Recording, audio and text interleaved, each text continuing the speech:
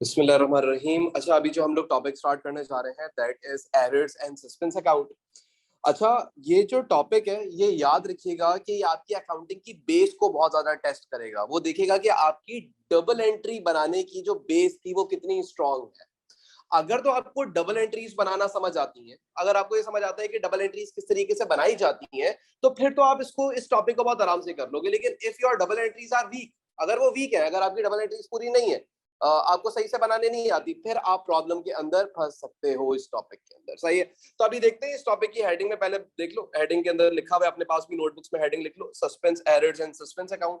अच्छा, अब हम बात करना स्टार्ट करते हैं ये एरर्स कहाँ किनको जाता है। ये एरर्स जो है, ये जो हमारा टॉपिक स्टार्ट हो रहा है, क्योंकि मैं हमेशा से ये कहता हूँ कि अगर किसी भी टॉपिक को समझना है तो उसके नाम को समझ लो तो उसका काम समझ आ जाएगा आपको। एरर्स कहाँ किनको जाता है? एरर्स मतलब गलतियां हैं। एरर्स क्या है? एरर्स गलतियां हैं, यानी कि वो चीजें जो आपने अपनी बुक्स के अंदर गलती से रिकॉर्ड कर दी, कोई चीज गलती से रिकॉर्ड कर देने को एरर कहते हैं। अच्छा, याद रखिएगा, हमेशा याद रखिएगा, अकाउंटिंग के अंदर अगर आप कोई एरर कर दो, अगर अकाउंटिंग के अंदर आप कोई गलती कर दो, तो उस गलती को आप इरेज नहीं कर सकते, कट नहीं कर सकते, बल्कि उस गलती के अगेंस्ट आपको एक और ऐसी डबल एंट्री पास करनी पड़ती है जिससे वो गलती खत्म हो जाए, रिवर्ट हो जाए, वो गलती ना रहे आपके अकाउंट्स के अंदर। तो ये बेसिकली जो टॉपिक है, ये आपको यही सिखाता है कि अकाउंटिंग में भाई वैसे तो एरर हुआ तो एरर का हम लोग आसान हल क्या करते हैं अपनी जिंदगी में, उसको मिटा देते हैं, काट देते हैं। अकाउंटिंग के अंदर आप ऐसा नहीं कर सकते। अकाउंटिंग कहती है कि भाई ये अगर काटने पीटने का कहानी शुरू कर दी तो फिर तो बहुत ज्यादा फ्रॉड्स हो सकते हैं, बहुत ज्यादा प्रॉब्लम्स हो सकती है। तो भाई अगर कोई गलती करी है तो नीचे उसकी करेक्टिंग एंट्री शो करो, ये बताओ कि भाई अब ये गलती हो गई, अब इसको सही कैसे करेंगे। फॉर एग्जाम्पल, मैं आपको ऐसी एग्जाम्पल देता हूँ, ये सारी चीजें स्टार्ट करने से पहले मैं आपको बोलता हूँ कि भाई फॉर एग्जाम्पल एक ट्रांजेक्शन लिख लेते हैं, सोल्ड गुड्स फॉर कैश $1000। ठीक हो गया, यानी कि ये नॉर्मल सी बिजनेस की एक्टिविटी है, बिजनेस की ट्रांजैक्शन है। अच्छा, आपको अगर इसकी डबल एंट्री बनानी पड़ती तो आप इसकी डबल एंट्री क्या बनाते? अगर इसकी हम सही एंट्री के बारे में सोचे तो एंट्री बनती कैश डेबिट हो जाता 1000 से, एंड सेल्स क्रेडिट हो जाती 1000 से, राइट। लेकिन अगर आप इधर एंट्री बनाते हुए कोई गलती कर जाते, गलती फॉर एग्जांपल आप जो है वो रिकॉर्डिंग करते हुए, अब मैं आपको गलती दिखा रहा हूं, तो गलती आप क्या कर जाते, यहाँ पे मैं गलती दिखा रहा हूं आपको, कि आपने कैश डेबिट करा, कैश को डेबिट कर दिया 10,000 से, और सेल्स को क्रेडिट कर दिया 10,000 से, या चलो 10,000 सही है, चलो। लेकिन अगर तुम नोटिस करो तो क्या एंट्री जो तुमने दूसरी वाली बनाई है, क्या इसमें गलती मौजूद है? बिल्कुल गलती मौजूद है। अब इसका हल ये नहीं है, इसका हल ये नहीं है कि आप यहां से एक जीरो हटा दें और यहां से एक जीरो मिटा दें और आपका काम बन गया। नहीं, आपको ये अलाउ ही नहीं है, तो आप ऐसा तो नहीं कर सकते। तो आपको क्या करना पड़ेगा, इस गलत एंट्री के अगेंस्ट एक ऐसी एंट्री पास करनी पड़ेगी, एक ऐसा काम करना पड़ेगा जिसकी वजह से जो गलती हुई है ये एलिमिनेट हो जाए। अगर आप नोटिस करें तो असल में हकीकत में हुआ क्या था, हकीकत के अंदर ये हुआ था कि आपका जो कैश था वो 1000 से डेबिट हो रहा था और सेल्स 1000 से क्रेडिट हो रही थी, लेकिन आपने कैश डेबिट कितने से कर दिया? 10,000 से। अगर मैं आपसे आसान लफ्जों में बोलूं, क्या आपने 9,000 से कैश एक्स्ट्रा रिकॉर्ड कर लिया है कि 9,000 का एक्स्ट्रा कैश आ गया आपके पास? हाँ। और क्या मैं ये बोल सकता हूँ कि 1,000 रुपए की सेल्स हुई थी लेकिन आपने 10,000 की रिकॉर्ड कर ली, यानी 9,000 से सेल्स भी आपने बढ़ाई नहीं है, अपनी सेल्स को भी इंक्रीज करा पाए। तो अब इस एंट्री को मैं मिटा नहीं सकता, लेकिन मैं ये देख रहा हूँ कि यार कैश ज्यादा रिकॉर्ड हो गया 9,000 रुपए से, तो अब कैश को मुझे एक्चुअल में क्या कर देना चाहिए? कम कर देना चाहिए। तो अब कैश को कम करने के लिए मेरी अकाउंटिंग बेसिक बीच में आ जाएगी। भाई कैश एक एसेट है, कम होगा तो डेबिट होगा या क्रेडिट होगा? क्रेडिट हो जाएगा। तो हम क्या करेंगे, हम इसकी एक करेक्टिंग एंट्री बनाएंगे, एक करेक्टिंग एंट्री बनाएंगे जिसके अंदर हम कैश को क्या कर देंगे, 9,000 से क्रेडिट कर देंगे, और सेल्स तुमने कितने से बढ़ाई हुई थी? 9,000 से। तो सेल्स को 9,000 से तुम्हें क्या कर देना चाहिए? कम कर देना चाहिए। सेल्स की नेचर क्या होती है? सेल्स की नेचर क्रेडिट नेचर होती है, बढ़ती है तो क्रेडिट होती है। तो जब कम करोगे तो उसको क्या कर दोगे? डेबिट कर दोगे, तो सेल्स डेबिट हो जाएगा। इसका मतलब ये हो जाएगा कि जो तुमने ऊपर एरर करा था वो एरर इस एंट्री को बनाने से एलिमिनेट हो गया। इस एंट्री को बनाने से वो एरर क्या हो गया? एलिमिनेट। फॉर एग्जाम्पल अगर हम इसी बात को थोड़ा सा टी अकाउंट्स में देखें, तो ये दो अकाउंटिंग अकाउंट्स के बारे में बात कर रहा है, एक सेल्स के अकाउंट के बारे में बात कर रहा है और एक कैश के अकाउंट के बारे में बात कर रहा है, राइट। अच्छा हम देखते हैं कि भाई जो हमारा सेल्स का अकाउंट था, जो हमें एंट्री हमने गलती से बनाई थी, तो हमने सेल्स को क्या कर दिया था, 10,000 से क्रेडिट कर दिया था। कितने से? 10,000 से। तो अगर इस अकाउंट के अंदर मैं रिकॉर्डिंग करूंगा तो मैं क्रेडिट साइड पे कितना रिकॉर्ड कर दूंगा? 10,000। किसकी वजह से? कैश की वजह से, राइट। और उसके बाद फिर जो कैश की एंट्री थी उसमें मैंने कैश को क्या कर दिया था, डेबिट कर दिया था। कितने से? 10,000 से। किसकी वजह से? सेल्स की वजह से। ये तो आपको ऑलरेडी आता है, ये काम आप ऑलरेडी करते आए हैं, टी अकाउंट बनाना तो कोई मसला नहीं। लेकिन अगर मैं सवाल आपसे ये पूछूं कि ये जो तुमने नीचे सेल्स का अकाउंट बनाया है, ये जो तुम्हारे पास नीचे जो सेल्स का अकाउंट बना है, इस सेल्स अकाउंट का बीडी बैलेंस कितना आएगा? 10,000 ही बनेगा। और कैश के अकाउंट का बीडी बैलेंस कितना आएगा? 10,000। लेकिन अगर तुम हकीकत में सोचो तो सेल्स हुई कितने की है? 1,000 की। और अगर सेल्स 10,000 की शो कर रहे हो तो 10,000 इनकम स्टेटमेंट में रिकॉर्ड करोगे, तुम्हारे प्रॉफिट्स ओवरस्टेट हो जाएंगे, बढ़ जाएंगे, गलती कर जाओगे, क्योंकि वो सारे टॉपिक्स पढ़ चुके हो। तो लिंक बनाते रहना दिमाग के, समझ रहे हो? यानी कि अगर मैं आपसे बोलूं कि भाई आप इस अकाउंट का इस ये जो आपका अकाउंट है, इन दोनों अकाउंट्स का आप बीडी बैलेंस निकाल लो, तो आप बीडी बैलेंस कैसे निकालेंगे? डेबिट साइड और क्रेडिट साइड का नेट करके। तो यहाँ पे इसकी हैवियर साइड कौन सी है? ये वाली साइड है। तो इसका बीडी बैलेंस क्रेडिट साइड पे आ जाएगा 1,000 का, सॉरी 10,000 का, और सीडी बैलेंस आ जाएगा क्रेडिट साइड पे 10,000 का। और सेम केस कैश के अकाउंट के साथ भी होगा। कैश के अकाउंट का बीडी बैलेंस किधर आ जाएगा? डेबिट साइड पे आ जाएगा 10,000 का, राइट। और सीडी बैलेंस इसका कहाँ आ जाएगा? क्रेडिट साइड के ऊपर आ जाएगा 10,000 का।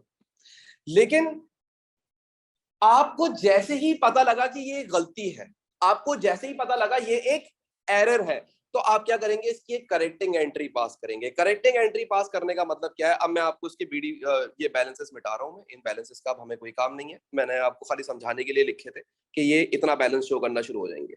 अब हम बात करेंगे करेक्टिंग एंट्री की। तो जब मैंने करेक्टिंग एंट्री बनाई, तो करेक्टिंग एंट्री के अंदर मैंने सेल्स को क्या कर दिया? 9,000 से। डेबिट या क्रेडिट?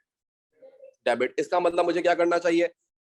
सेल्स को 9,000 से डेबिट कर देना चाहिए। किसकी वजह से? कैश की वजह से। और जो दूसरे इसकी एंट्री का पार्ट है, उसके अंदर कैश को मैंने 9,000 से क्या कर दिया? क्रेडिट 9,000 से। तो ये किसकी वजह से हुआ? सेल्स की वजह से। अब अगर मैं आपसे बोलता हूं कि इस सेल्स के अकाउंट का सीडी और बीडी बैलेंस कैलकुलेट करो, तो हैवियर अमाउंट कितनी है? 10,000। तो दोनों साइड पे आप 10,000 मेंशन कर देंगे। लेकिन 10,000 में से 9,000 माइनस करेंगे तो कितना बचेगा? 1,000। और एक्चुअल में सेल्स हुई भी कितने की थी? 1,000 रुपए की सेल्स हुई थी। बात समझ आ रही है? इसी तरीके से अगर आप कैश के अकाउंट को देखो तो इसकी हैवियर साइड, दोनों साइड है 10,000 और 10,000 बन जाएगी, राइट। अच्छा 10,000 में से 9,000 माइनस करो तो फिर कैश आपके पास कितना होना चाहिए? 1,000। इसका मतलब मेरे पास 1,000 कैश होना चाहिए था और 1,000 रुपए की सेल होनी चाहिए थी। तो तुम अगर नोटिस करो कि जो मैंने गलती करी थी उसको सुधारने के लिए जब एक और एंट्री बनाई तो मेरे अकाउंट प्रॉपर आना शुरू हो गए। बात समझ आ रही है? तो ये एक गलती थी। मैं बहुत सारी गलतियों में से कोई एक गलती बता रहा हूँ। तो यहाँ पे अब तक जो मैंने गलती की करेक्शन करी है, ये बेसिक क्या रख के करी है? आपकी डबल एंट्रीज की बेसिक के ऊपर। जितना टाइम हम लोगों ने डबल एंट्री पे लगाया, शायद किसी और चीज पे लगा देते तो हम लोग को इतनी लंबी क्लासें नहीं लेनी पड़ी होती। लेकिन वो बहुत इंपॉर्टेंट है। अगर वही चीज नहीं समझ आई, अगर आप एक घर बना रहे हो और उसकी आपने फाउंडेशन ही स्ट्रॉन्ग नहीं करी है, तो वो घर ज्यादा अच्छा चलेगा ही नहीं, टूट जाएगा। समझ रहे हो बात को? तो ये एक छोटी सी एग्जांपल दी थी एरर की, ये समझाने के लिए कि अगर बच्चे के दिमाग में ये सवाल आ रहा है कि यार गलती हो गई, मिटा के सही करते थे, दोबारा एंट्रीज क्यों पास कर रहे हो, तो ये बात याद रखिएगा कि आप उसको इरेज नहीं कर सकते, बल्कि उसके अगेंस्ट एक करेक्टिंग एंट्री बनाते हो, ताकि तुम्हारे अकाउंट्स प्रॉपर शक्ल में आना शुरू हो जाएंगे। भाई सेल्स 1,000 की हुई थी और कैश $1,000 का कलेक्ट हुआ है। यहां तक बात समझ आती है? अच्छा जी, ये एक एरर था सिर्फ आपको ये कॉन्सेप्ट देने के लिए इस टॉपिक का, कि इस टॉपिक के अंदर क्या होने वाला है और एरर कहाँ किसको जाता है और एरर को सही करने के लिए किया क्या जाएगा, प्रिकॉशंस क्या लिए जाएंगे। सही बात समझ आ रही है? अच्छा, अब यहाँ पे एग्जामिनर ने कुछ बातें लिखी हैं, हम जरा पहले वो पढ़ लेते हैं और उसके बाद फिर बात करते हैं आगे। एग्जामिनर हमसे बात करना स्टार्ट करता है, बोलता है a double entry system does not ensure that there are no errors made. वो ये कह रहा है, वो ये कहना शुरू करता है इस टॉपिक के अंदर कि जो आप डबल एंट्रीज बनाते हो ना, वो ये कभी भी इंश्योर नहीं करती कि उन डबल एंट्रीज के अंदर एरर है या नहीं। वो आप पकड़ ही नहीं सकते। फॉर एग्जाम्पल, अभी मैंने आपको एग्जाम्पल दी, आपकी सेल्स हुई थी 1,000 की और आपने 10,000 से रिकॉर्ड कर दी। आप पकड़ सकते हो इस सेल्स को? ये जो आपने यहाँ पे आपके पास जो सेल्स आ रही थी, क्या आप उन सेल्स को पकड़ सकते हो कि भाई कितने की सेल्स आ रही है? नहीं कर सकते यार, नहीं पकड़ सकते। तो बहुत सारे ऐसे एरर्स होते हैं, बहुत सारी ऐसी चीजें होती हैं जिनको डबल एंट्री नहीं बता सकती कि वो गलती है या नहीं। डबल एंट्री नहीं बता सकती, क्योंकि अगर आप डबल एंट्री देखो तो यार डेबिट साइड के ऊपर भी 10,000 लिखा है, क्रेडिट साइड पे 10,000 लिखा है, बैलेंस शीट भी बैलेंस हो जाएगी। पता ही नहीं लग पाएगा कि आपकी सेल्स ओवर स्टेटेड थी। बात समझ आ रही है? तो वो ये कह रहा है कि जो आप डबल एंट्रीज बनाते हो ना, ये कभी भी इंश्योर नहीं करती कि आपका डबल एंट्री के अंदर एरर मौजूद है या नहीं है। क्या इतनी बात एग्जामिनर की समझ आती है कि वो क्या बात करता है? हाँ,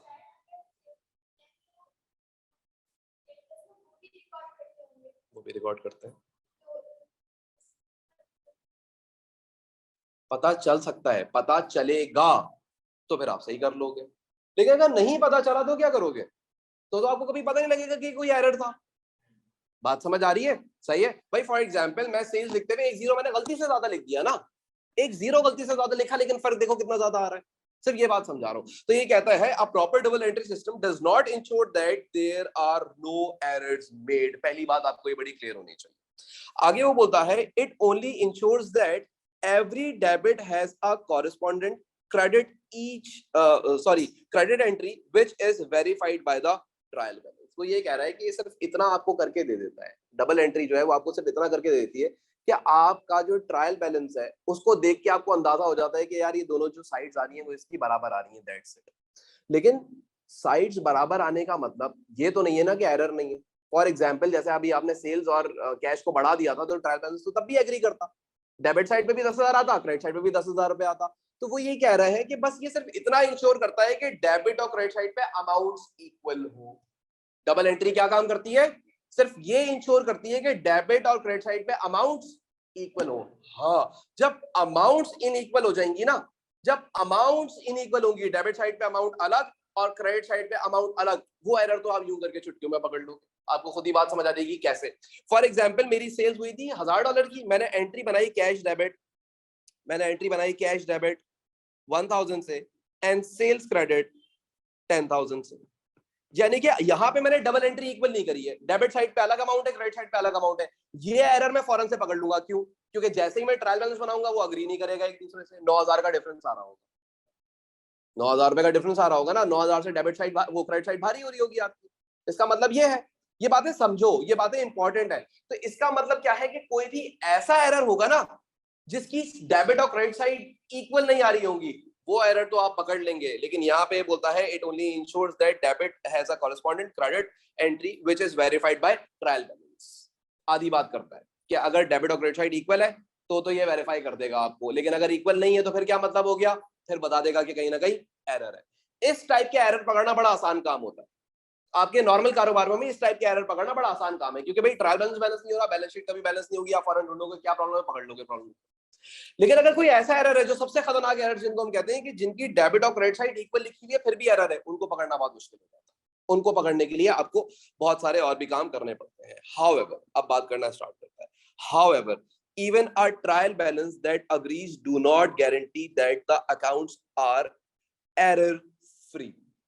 बोलता है वो ट्रायल बैलेंस भी जो तुम बनाते हो, वो जो ट्रायल बैलेंस तुम बनाते हो वो भी इस बात की गारंटी नहीं लेता, अगर वो अग्री भी हो रहा है तब भी, कि उसके अंदर एरर्स मौजूद है या नहीं है। फॉर एग्जाम्पल अभी मैंने एग्जाम्पल दी तो उसकी वजह से ट्रायल बैलेंस तो बैलेंस हो जाता, लेकिन वो एरर मौजूद था। तो वो यही कह रहा है कि how ever even a trial balance that agrees, जो अग्री भी करता है, ट्रायल बैलेंस अग्री का मतलब डेबिट और क्रेडिट साइड उसकी इक्वल आ जाती है, दैट अग्रीज का मतलब ये होता है do not guarantee that the accounts are error free.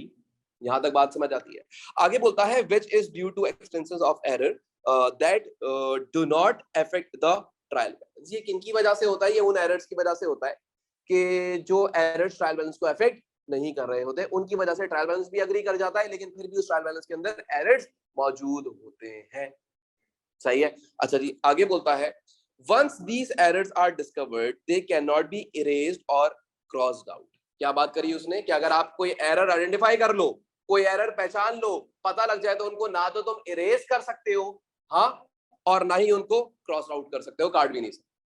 Clear? यहां तक बात समझ आती है। आगे वो बोलता है correction must be done through by passing relevant general entries. अभी हम लोगों ने ये चीज देखी, नीचे एग्जांपल देखी कि भाई अब इसकी जो करेक्शन की जाएगी उसके लिए एक रेलेवेंट, एक करेक्टिंग जनरल एंट्री पास की जाएगी और उसी के साथ ही आप काम कर सकते हैं। तो इरेज नहीं कर सकते। बच्चे के अक्सर ये दिमाग में होता है, तो इसलिए मैंने पैराग्राफ, जब मैं पहले लेक्चर दिया करता था, कुछ बच्चे ये लेक्चर्स को लिखा करते थे उस टाइम पे, तो ये बस वही उनका इंग्लिश के अंदर वो जो लिखते थे वो यही बात है। तो ये जो मैं कर रहा हूँ ये आपको यहाँ पे अंग्रेजी में मिल रही है, यहाँ से आपको अब मेरी जबान के अंदर मिल रही होगी। That's clear. अच्छा, आगे वो बोलता है and then posting them into accounts in the ledger in order to rectify errors made. और उसके बाद फिर उन एरर को सही करने के लिए अकाउंट्स के अंदर डाला जाएगा, जैसे कि आप लोगों ने यहाँ पे अभी लेजर अकाउंट्स के अंदर डाला और उन एरर्स को क्या कर लिया, सही कर लिया। यही बात तो करी उसने, हाँ, एरर्स को सही करने के लिए करेक्टिंग एंट्री भी डाल दी। अब इसके अंदर करेक्टिंग एंट्री आपके सामने है, ये जो 9000 वाली एंट्रीज थी ये करेक्टिंग एंट्रीज थी, एक ये वाली एंट्री और एक ये एंट्री, ये करेक्टिंग एंट्रीज थी, हमने बनाई और अकाउंट के अंदर रिकॉर्ड कर दी। अब देखते हैं आगे एग्जामिनर क्या बोलता है। हाउएवर, जब हाउएवर बोलता है तो कान खड़े हो जाने चाहिए। However, if the correction is made of errors that do not affect trial balance, then it will always involve a suspense account which is discussed in the chapter. वो ये कह रहा है आपसे, वो आपको ये समझाने की कोशिश कर रहा है कि अगर कोई ऐसा एरर है जिसकी वजह से ट्रायल बैलेंस अफेक्ट हो जाए, तो पहली बात ये पता तो लग गया कि कोई ना कोई एरर हुआ होगा तभी वो बैलेंस नहीं हो रहा। इस टाइप के एरर को करेक्ट करने के लिए, इस टाइप के एरर को करेक्ट करने के लिए इस टॉपिक का अगला पार्ट जिसे हम सस्पेंस अकाउंट कहते हैं उसके ऊपर जाना पड़ेगा हमें। वो सस्पेंस अकाउंट हमें सिखाएगा कि उन टाइप के एरर्स को कैसे डील किया जाएगा। अच्छा, अब मैं आपको इसको बड़ा आसान कर देता हूँ। जो आपकी जो ये ओ लेवल्स और एएस लेवल के ऊपर जो आपका एरर्स एंड सस्पेंस अकाउंट का टॉपिक आता है, इसके अंदर दो टाइप के एरर्स होते हैं। पहला एरर होता है जिसको कहते हैं एरर्स अफेक्टिंग ट्रायल बैलेंस, और दूसरा एरर होता है जिसको हम कहते हैं errors not affecting trial balance. कहीं कहीं आपको ये ई से इफेक्ट मिल जाएगा, कहीं से ए से इफेक्ट मिल जाएगा, कोई फर्क नहीं पड़ता इससे हमें, लेकिन अफेक्टिंग और नॉन अफेक्टिंग का मतलब क्या है पहले हम वो समझ लेते हैं। देखो मेरा बेटा, फॉर एग्जाम्पल मैं आपको बोलता हूँ, वही एग्जाम्पल आगे कंटिन्यू करते हैं। Sold goods to Mr. A $1000, एक नॉर्मल सी मैंने ट्रांजैक्शन बना ली, बिजनेस की एक्टिविटी बना ली। मैं बोलता हूँ यार इसकी आप डबल एंट्री बनाए। डबल एंट्री बनेगी तो कैसे बनेगी, आप बोलोगे सर मिस्टर ए जो कि आपके ट्रेड रिसीवेबल है, trade receivable mister A debit हो जाएंगे सर 1000 से, एंड सेल्स आपकी क्रेडिट हो जाएगी 1000 से। This is the normal way to record this entry. Clear? अच्छा जी, अब हम बात करते हैं कि हम दो टाइप के एरर कर देते हैं। एरर नंबर 1,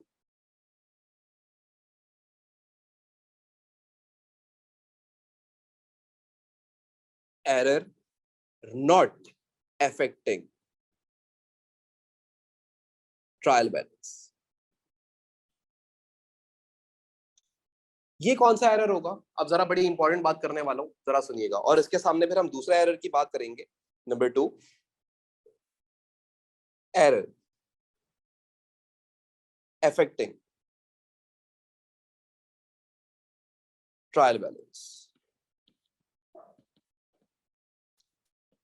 अब मैं आपको इसी सेम ट्रांजैक्शन के दो टाइप के एरर्स दिखाऊंगा। एक ऐसा एरर करूंगा जिसकी वजह से डबल एंट्री अफेक्ट हो रही होगी, और एक ऐसा एरर करूंगा जिसकी वजह से नहीं हो रही होगी। यानी कि एक ऐसा एरर होगा जिसकी वजह से ट्रायल बैलेंस अफेक्ट नहीं हो रहा होगा, और एक ऐसा एरर होगा जिसकी वजह से ट्रायल बैलेंस अफेक्ट हो रहा होगा। सुने कैसे? मैं एंट्री बना रहा था, मैंने यहाँ पे एंट्री बनाते हुए लिखा ट्रेड रिसीवेबल मिस्टर ए के बजाय मैंने यहाँ पे गलती से मिस्टर बी को रिकॉर्ड कर दिया 1000 से, और सेल्स क्रेडिट कर दी 1000 से। अब अगर आप नोटिस करें तो ये जो एरर है या नहीं है, पहले तो आप ये पहचाने, क्या ये कोई गलती हुई है या नहीं हुई है? हुई है। कैसे गलती हुई है कि मैंने मिस्टर ए को डेबिट करना था, लेकिन मैंने गलती से कर किसको दिया? मिस्टर बी को डेबिट कर दिया।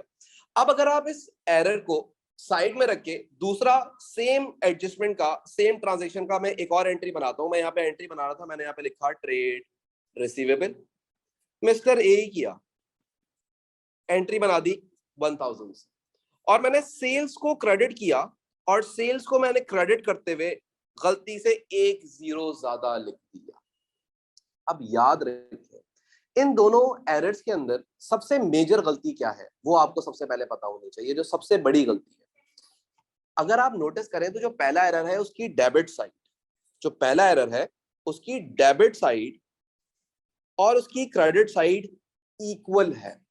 लेकिन अगर आप दूसरे एरर को देखें तो उसकी डेबिट साइड और क्रेडिट साइड अनइक्वल है। Whenever error is made and double entry is not affected, whenever error is made but double entry या double entries are not affected. Double entries are not affected का मतलब क्या है? That amount on the debit side and credit side are equal. These type of error will never affect the trial balance.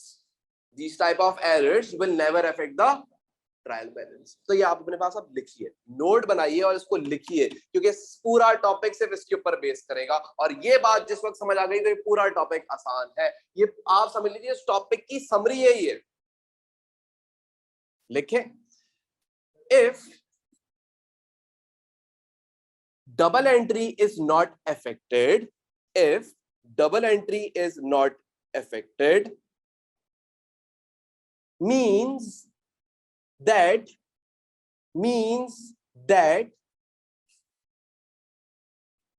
the amount on the debit side and on the credit side, it means that the amounts on the debit side and on the credit side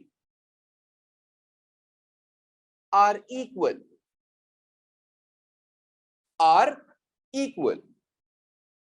Full stop. These type of errors are known as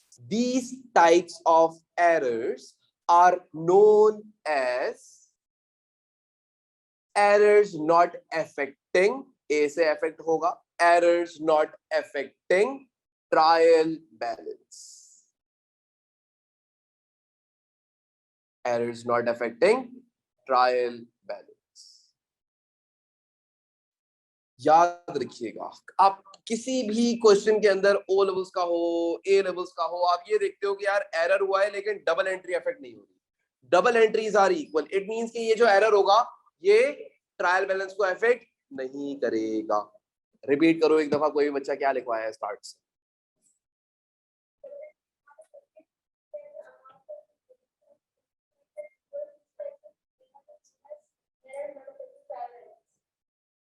अब आप दूसरे error के बारे में बात लिखेंगे नीचे, बिल्कुल इसी के नीचे एक और इंपॉर्टेंट नोट लिखेंगे. When double entries are affected, अब ये affected का मतलब क्या है? When double entries are affected, it means when the amounts on the debit side, it means the amounts on the debit sides, the amounts on the debit side is not equal to the amount on the credit side,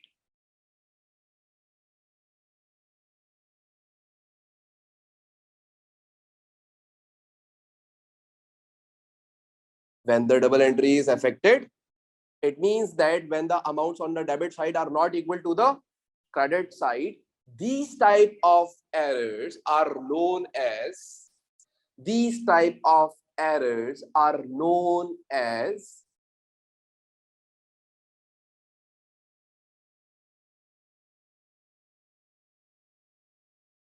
errors affecting the trial balance. Errors affecting the trial balance. ये आप ये जो मैंने यहाँ पे लिखा है आप अपने पास लिखेंगे. अब इसके नीचे ये आप बनाएंगे तो आपको क्लियर हो कि नॉर्मल एंट्री क्या थी, अफेक्टिंग के अंदर क्या एंट्री बननी थी और नॉन अफेक्टिंग के अंदर कैसी एंट्री बनती है. एरर दोनों में मौजूद है, ये भी एरर है वो भी एरर है, लेकिन अभी इसको हम कंटिन्यूएशन में रखेंगे. जो अभी हम बात कर रहे थे तो हम लोगों ने बात स्टार्ट कर दी थी when the double entries are affected. तो इसका मतलब क्या होता है? It means that when the debit side amount is not equal to the credit side amount, these type of errors are known as errors affecting the trial balance. And in order to correct these errors, आगे continue कीजिए इस बात को, and in order to correct these errors, there will be a involvement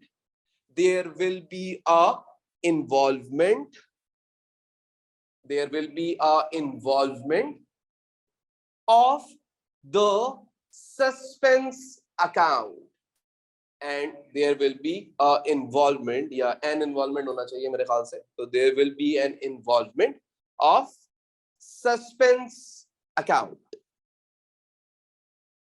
ये क्या होता है ये अभी हम आगे जाके देखेंगे, बट आपको पहले ये बड़ा क्लियर होना चाहिए कि भाई गलतियां जो होंगी वो दो टाइप की होने वाली हैं इस टॉपिक के अंदर।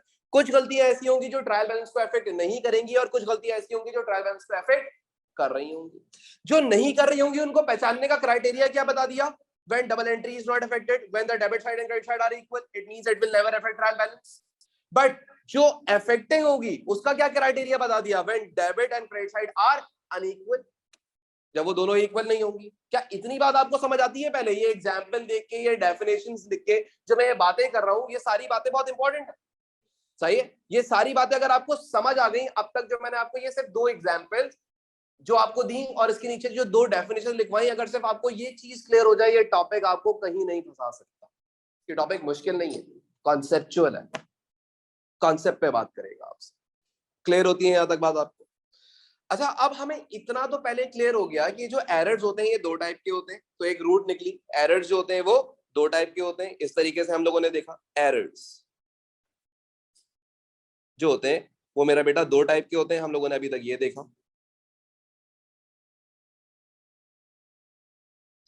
पहले एरर को हम लोगों ने देखा जिसको हम कहते हैं number 1 errors not affecting trial balance, और दूसरे टाइप का हम लोगों ने देखा जिसको हम कहते हैं एरर्स अफेक्टिंग ट्रायल बैलेंस। इतनी बात समझ आई? नाउ आपके दिमागों में ये क्लियर होना चाहिए कि अफेक्टिंग कौन से होंगे, नॉन अफेक्टिंग कौन से होंगे। अफेक्टिंग जब डबल एंट्री अफेक्ट हो गई तब वो अफेक्ट करेगा, और जब डबल एंट्री अफेक्ट नहीं हुई तो नॉन अफेक्टिंग हो गया। सिंपल है ना, सिंपल है ना, लाइक विद लाइक है ना। एंट्री अफेक्ट नहीं हुई तो नॉन अफेक्टिंग है, एंट्री अफेक्ट हो गई तो अफेक्टिंग है। एंट्री अफेक्ट होने का मतलब लिखवाया है, इट मींस दैट, उसका मतलब क्या होता है अफेक्ट होने का मतलब, when debit and credit side are unequal, जब वो इक्वल नहीं है। क्लियर? ये वाली बात आपको पूरा 100% सबको समझ आती है? क्लियर है? यहां तक बात समझ आती है? अच्छा जी, अब आगे बात सुनिए। ये जो एरर्स होते हैं ना मेरा बेटा, ये जो अभी हम लोगों ने दो एरर्स देखे, एक ये नॉट अफेक्टिंग और एक अफेक्टिंग वाला, तो जो नॉन अफेक्टिंग एरर्स होते हैं आज हम पहले उनके बारे में बात करेंगे, और फिर जो अफेक्टिंग एरर्स होते हैं उनके बारे में बात करेंगे। सही है? अच्छा जी, अब हम वापस पीछे चलते हैं। तो पीछे क्या बोलता है, errors not affecting trial balance. अब ये अफेक्टिंग वाला ऊपर है, मैं आपको पहले नॉन अफेक्टिंग पढ़ाऊंगा क्योंकि वो ज्यादा डिटेल्ड है। अफेक्टिंग वाला तो बड़ा ही कोई सीधा सीधा सा, क्योंकि अफेक्टिंग तो पकड़ना ही आसान था। अफेक्टिंग तो पकड़ना ही आसान है, देख के पहचान जाओगे अफेक्टिंग है, डेबिट और क्रेडिट साइड पे अमाउंट ही अनइक्वल है। लेकिन जब इक्वल होंगी तब पकड़ना जरा टेंशन वाला काम हो जाता है। सही है? अच्छा, आपको तो वो बड़ा बड़ा सीधा करके देगा, इतना आपको ढूंढना नहीं होगा, वो खुद ढूंढ के निकाल के देगा, ये गलतियां हुई हैं सही करो। आपको गलतियां ढूंढनी नहीं है कहीं जाके, वो बताएगा ये गलतियां हो गई हैं सही कर लो, दैट्स इट।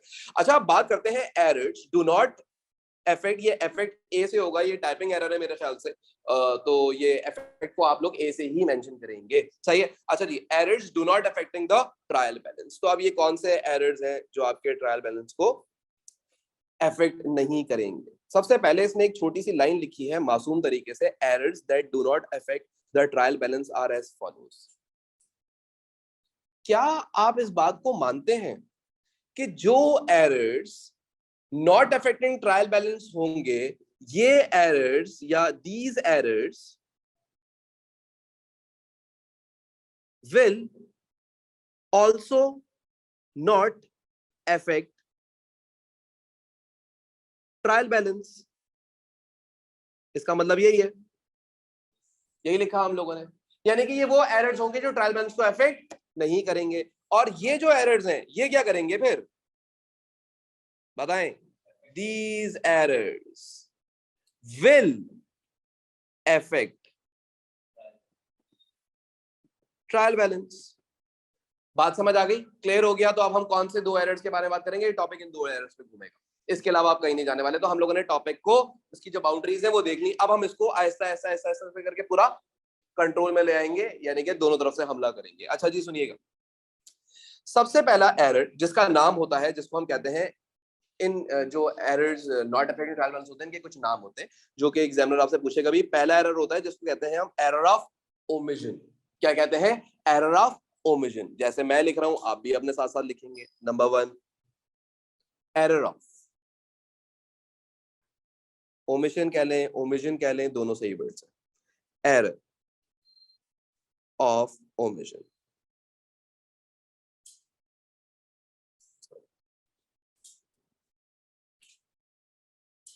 अच्छा जी, ये एरर ऑफ ओमिशन क्या होता है? सबसे पहले इसके बारे में अब हम एक छोटी सी डेफिनेशन लिखेंगे। तो आप लोगों ने एरर ऑफ ओमिशन अपने पास लिख लिया, अब इसके नीचे इसकी एक छोटी सी डेफिनेशन लिख लें ताकि आपको ये बड़ा क्लियर हो जाए सबसे पहले कि एरर ऑफ ओमिशन होता ही क्या है। सही है, चलें स्टार्ट करें। नंबर 1 उधर लिखते भी जाएंगे और यहाँ पे इनको डिस्कस भी करते जाएंगे in detail.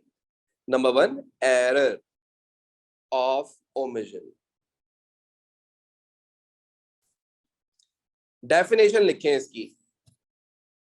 This type of error occurs. This type of error occurs. मैं definition यहाँ नहीं लिखूंगा, मैं dictate कर रहा हूं तो आप लोग साथ साथ लिख लीजिएगा। This type of error occurs when double entry is completely left out from the books of accounts. This type of error occurs when the double entry is completely left out from the books of accounts. Left out from the books of accounts. लिख लिया यहां तक? सबने लिख लिया? Repetition की जरूरत नहीं है, सबने लिख लिया? अच्छा जी, अब आए इसकी डेफिनेशन देखते हैं। डेफिनेशन क्या बोलता है? पहले एरर की, पहला error, error of omission. This error occurs when transaction is completely left out from the books of accounts. यही बात बोली, तो जो लोग ने नहीं लिखा हुआ था वो यहाँ से कॉपी भी करके लिख सकते हैं। क्लियर?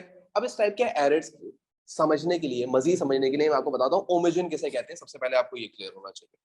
ओमिशन कहा जाता है किसी चीज को भूल जाना, ओवरलुक कर देना, लेफ्ट आउट कर देना, रिकॉर्ड नहीं करना, उस टाइप को हम कहते हैं ओमिशन। ओमिट हो गई चीज, ओमिट, ओमिट आपने सुना होगा वर्ड, अगर नहीं भी सुना तो ओमिशन, ओमिट से ही निकला है, तो इसका मतलब आप कोई चीज ओमिट कर जाए, राइट? आप कोई चीज ओमिट कर जाए। अब फॉर एग्जांपल, अब मैं यहाँ पे आपको एग्जांपल्स दूंगा एरर ऑफ ओमिशन की, सुनिएगा जरा बात को गौर से। नंबर 1 सुने, बड़ा सिंपल सा देता हूं। Bought van by cheque $1000 entry was omitted. क्या बोलता है?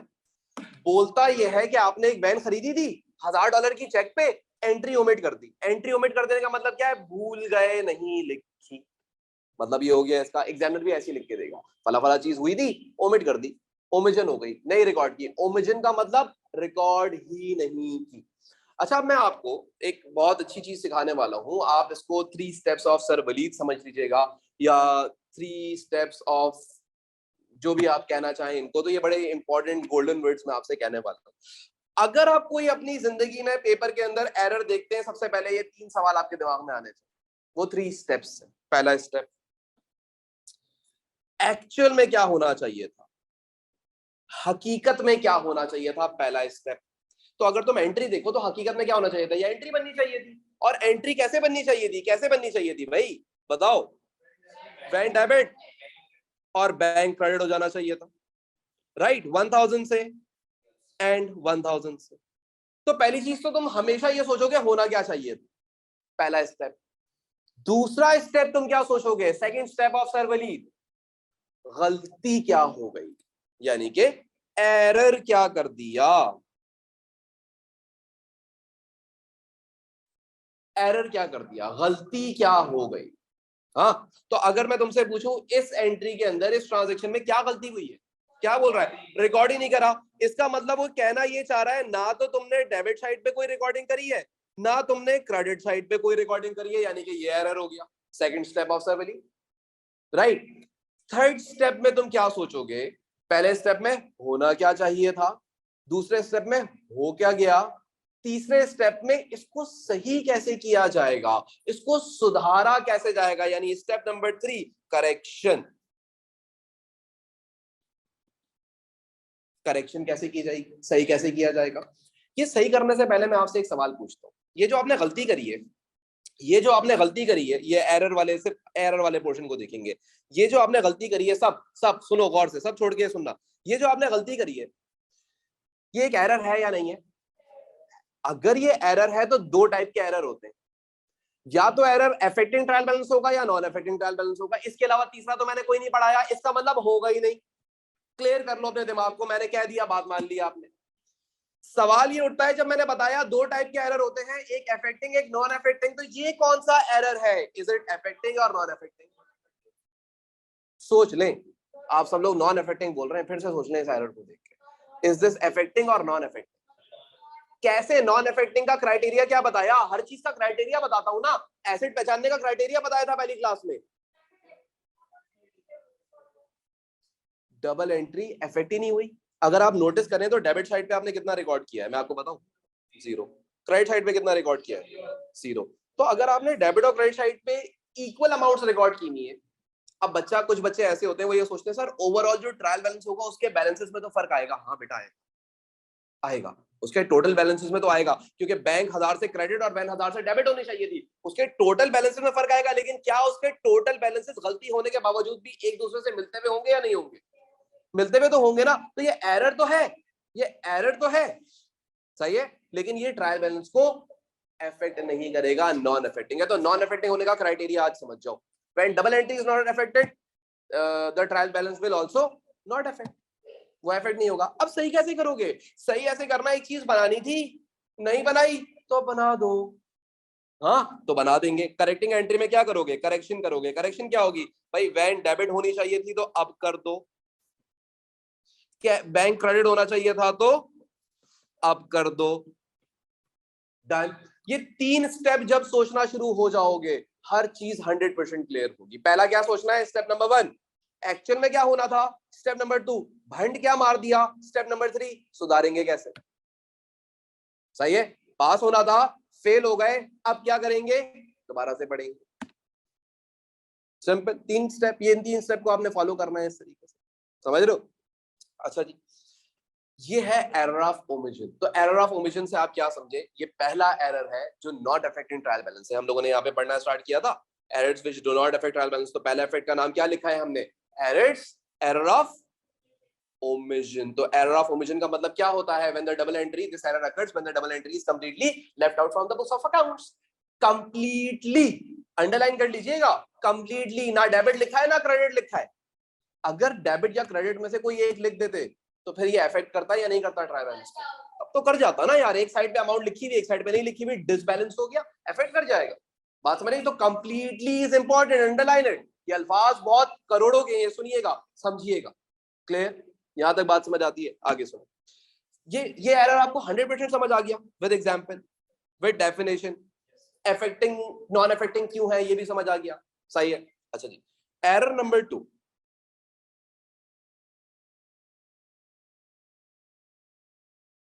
error of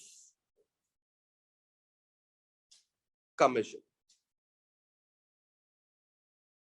error of commission, commission कह लें, कमीशन कह लें, वैसे कमीशन ज्यादा बेहतर वर्ड होता है।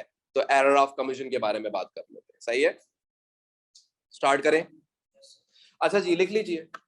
दिस एरर अकर्स, लिखिएगा जरा, this error occurs when proper double entry is made,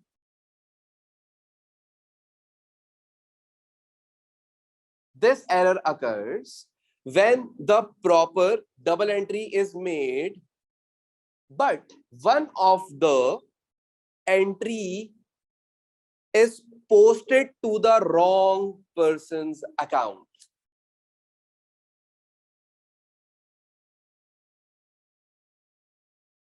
But one of the entry is posted to the wrong person's account. लिख लिया यहां तक? अब जरा सुनिएगा, मैं अब इसको जरा क्लियर करूंगा, ये एक एरर थोड़ा सा लेंदी हो जाएगा, सही है। अच्छा जी, तो हम लोगों ने ये पहला एरर कर लिया, error of omission, that is clear सबको? ये वाली पूरी बात सबको क्लियर हो गई कि एरर ऑफ ओमिशन किसको कहा जाता है? डन। अब हम दूसरे एरर पे जा रहे हैं, error number 2। Error number 2 is error of commission.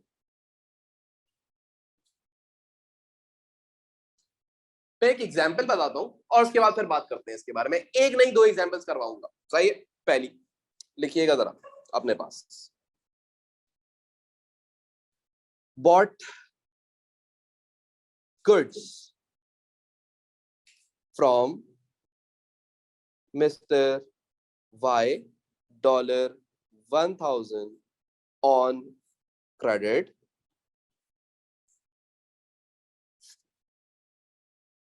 Entry was wrongly posted to Mr. X account. जरा समझने की कोशिश कीजिएगा, जरा समझने की कोशिश कीजिएगा। मैंने एक एग्जाम्पल बनाई है जो आया वो उस आमद के ऊपर हम लिख देते हैं। यहाँ पे इसने ये बोला है कि भाई आपने एक परचेजेस करी है, गुड्स खरीदी है मिस्टर वाई से। किससे खरीदी थी? वाई से। इंपॉर्टेंट कौन है? वाई। क्रेडिट पे खरीदी थी $1000 की, लेकिन आपने गलती से मिस्टर एक्स के अकाउंट के अंदर इसको रिकॉर्ड कर दिया। लेकिन गलती से किसके अकाउंट में रिकॉर्ड कर दिया? मिस्टर एक्स के अकाउंट में। अब आपने कुछ नहीं सोचना, आप पहले क्या सोचेंगे? वो 3 स्टेप। पहला स्टेप असल में क्या होना था? एक्चुअल में बताएं क्या होना था? परचेजेस डेबिट होनी चाहिए थी और trade payable Y, Mr Y जो भी है ये क्रेडिट हो जाना चाहिए थे 1000 से। बेटा गलती क्या कर दी? हाँ जी, गलती क्या हुई? मिस्टर वाई के बजाय मिस्टर एक्स के अकाउंट में रिकॉर्डिंग कर दी, यानी कि आपने एंट्री बना दी परचेजेस डेबिट। ठीक है, तो परचेजेस में तो कोई टेंशन नहीं हुई क्योंकि उसने परचेज का जिक्र नहीं किया, तो जिस चीज के बारे में जिक्र नहीं करेगा वो करेक्टली एंटर्ड है। ठीक है, क्रेडिट क्या कर दिया? ट्रेड पेबल मिस्टर एक्स को आपने 1000 से क्रेडिट कर दिया। मेरा पहला सवाल सुनिएगा, मेरा पहला सवाल, ये जो आपने गलती करी है, is this error affecting trial balance और नॉट अफेक्टिंग?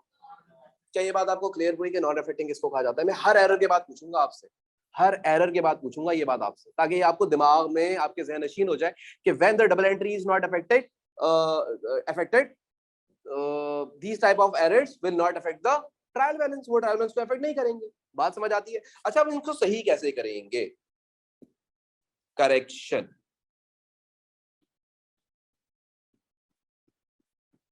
मैं इसको थोड़ा सा सही करके लिख लेता हूं, ये मैंने एक लाइन ऊपर लिख दिया है। ठीक है, तो इसको मैं सही कर रहा हूं।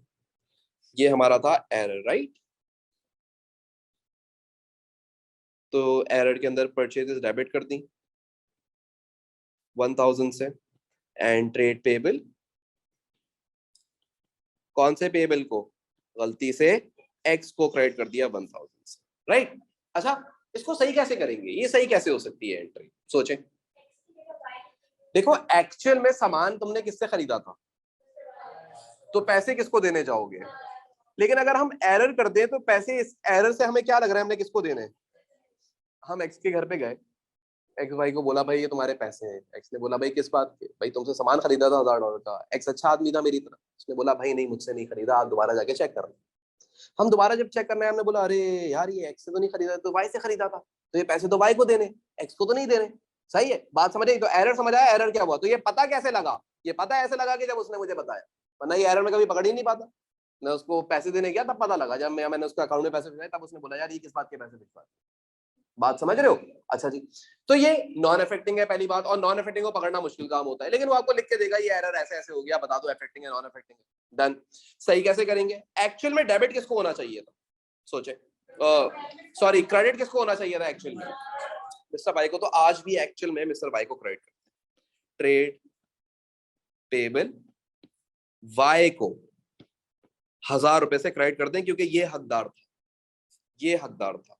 गलती से एरर को, एरर में किसको क्रेडिट कर दिया था? एक्स को। तो क्या मिस्टर एक्स को पैसा देना है? नहीं देना, तो इनको वापस क्या कर दो? डेबिट। क्योंकि गलती हुई तो क्रेडिट करके हुई, तो आप खत्म करने के लिए क्या कर दोगे? डेबिट। सही है, इसको क्रॉस आउट नहीं कर सकते थे, इरेज नहीं कर सकते थे, तो क्या करेंगे? इसको खत्म करने के लिए, इसके इंपैक्ट को खत्म करने के लिए क्या कर देंगे? डेबिट के ऊपर ट्रेड पेबल एक्स को रिकॉर्ड कर देंगे। तो यहाँ पे हम लिखेंगे ट्रेड पेबल एक्स 1000 से डेबिट हो जाएगा। क्लियर होती है ये बात? ये बात समझ आती है कि करेक्टिंग एंट्री कैसे बनी। अगर मैं इस ट्रांजेक्शन की डायरेक्टली करेक्टिंग एंट्री बनाना शुरू कर दूं ना, तो आप लोग भी रोना शुरू हो जाओगे कि यार कुछ समझ आ रही है और कुछ समझ नहीं आ रही है। तो उसका कॉन्सेप्ट समझो कि पीछे से म्यूजिक क्या चलता हुआ आ रहा है, बैकग्राउंड म्यूजिक क्या है, एक्चुअल सोचो, एरर सोचो, करेक्शन करो, आंसर खत्म। सर एग्जामिनर तो सिर्फ करेक्टिंग एंट्रीज मांगता है ना, ये दो एंट्रीज तो नहीं मांगता एक्चुअल में क्या हुआ और एरर क्या हो गया, वो ये तो नहीं मांगता। वो तो आपसे बोलता है कि भाई मुझे करेक्टिंग एंट्री बना के दे दो। तो हम क्या ये तीनों चीजें बनाएंगे? बेटा वर्किंग में बना लेना, कम से कम तुम्हारी करेक्टिंग एंट्री गलत तो नहीं होगी, कम से कम तुम्हारे मार्क्स तो नहीं कटेंगे, कम से कम तुम्हारा कॉन्सेप्ट तो नहीं हिलेगा। तो कितनी देर लग जाएगी यार ये दो बातें सोचने में कि एक्चुअल में क्या होना था, गलती क्या हो गई, तो सुधारेंगे कैसे। बड़ा आसान हो जाएगा, एक दफा करोगे कुछ ना बोलोगे यार तो बड़े आराम से हो रहा है। समझ रहे हो बात को? सही है। अच्छा जी, अब आगे सुने। ये एक एग्जाम्पल मैंने कराई है, मैं आपको एक और एग्जाम्पल कराता हूं। नंबर 2, ये अगेन टू ही, एरर नंबर 2 ही चल रहा है, एरर ऑफ कमीशन। मैं एक और एंट्री लिखता हूं, पेड सैलरी टू या sorry for cash $1,000 but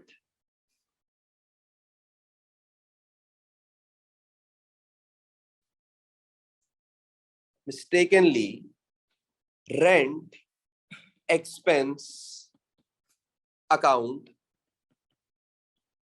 was debited। मैं ऐसा ऐसा टर्म्स चेंज करता रहूंगा, आप वो फ्लो के साथ ही सब सीख जाओगे, कोई फर्क नहीं पड़ता है भाई। क्या बोलता है, आप पहले इसको समझे, अंग्रेजी समझे।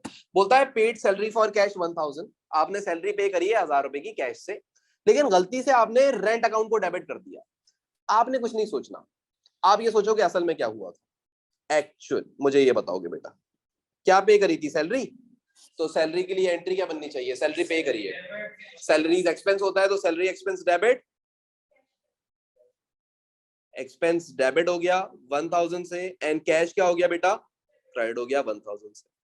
आपने गलती क्या कर दी मेरा बेटा, क्या कर दिया, रेंट एक्सपेंस को गलती से डेबिट कर दिया, और कैश के बारे में कोई जिक्र नहीं, examiner silent, it means that cash was recorded correctly to its original position. सवाल ये उठता है, सवाल सुनिएगा, is this error affecting trial balance or not affecting? Why not affecting? Because the double entry was not affected. Simple answer, double entry affect नहीं हुई थी। सही है। सुधारेंगे कैसे, तीसरा step, step number 3, correction.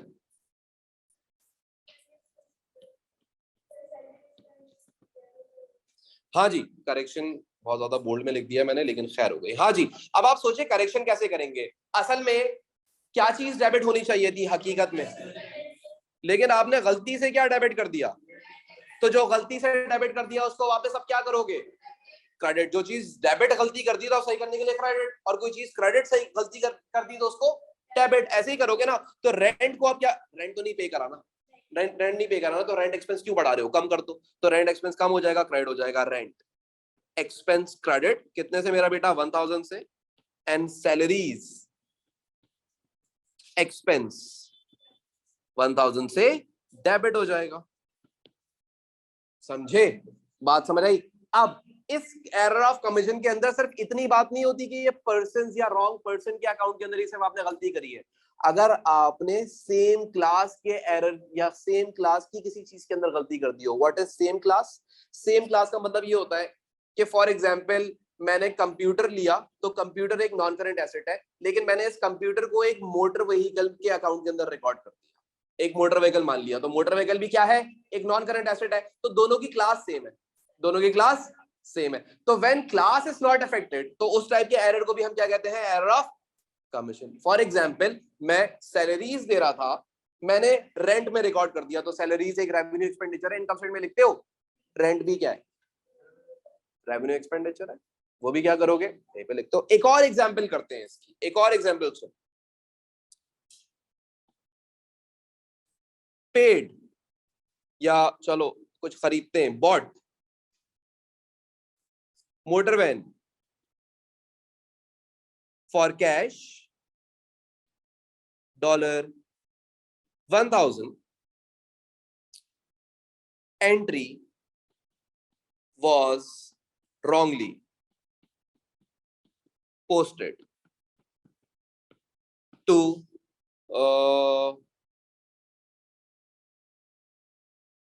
plant, या चलो इक्विपमेंट डायरेक्टली लिख लो, इक्विपमेंट अकाउंट।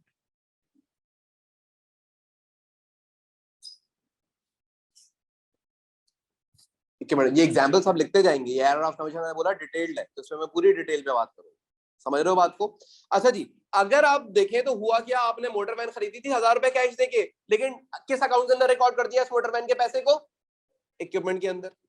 अच्छा, आपने ट्रायल बैलेंस में भी तो कुछ देखा होगा, कभी कोई ड्राइंग्स में से पैसा माइनस करके कैपिटल में ऐड कर रहे थे या कुछ ऐसा करते थे हम लोग already income statement sold trader के अंदर, वो यही काम हो रहा होता है, ऐसे ही कुछ हो रहा है। अच्छा, अब आपने क्या करा था, मोटर वैन खरीदी थी, कहां रिकॉर्ड कर दिया?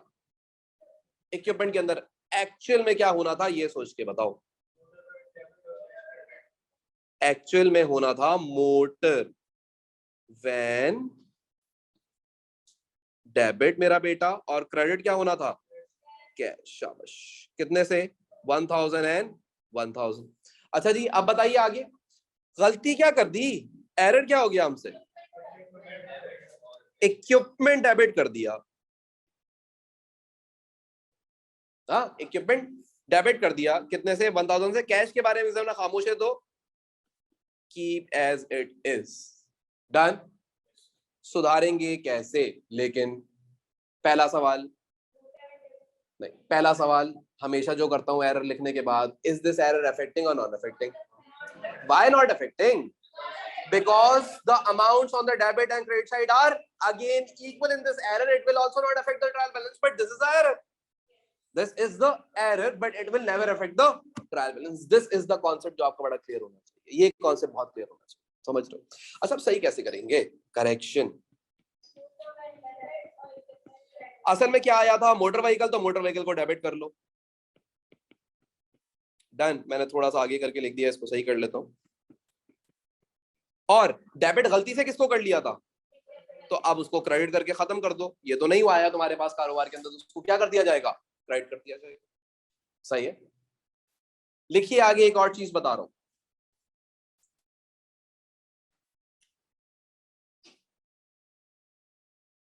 लिखना शुरू करें। एरर ऑफ कमीशन के बारे में बात हो रही है, तो चाहे तो दोबारा से हेडिंग लिख सकते हैं, और करके एक और हेडिंग लिख लें, और करके एक और हेडिंग लिख लें। एरर ऑफ कमीशन को थोड़ा सा और एक्सटेंडेड या एक्सटेंड करके पढ़ा रहा हूं, एक्सटेंडेड डेफिनेशन सिखा रहा हूं। उस डेफिनेशन की कंटिन्यूएशन ही है, लेकिन उस वक्त ही लिखवा देता तो नहीं समझ आती। अभी लिखवाऊंगा तो देखो कैसे फौरन समझ आती। लिखिएगा, error of commission occurs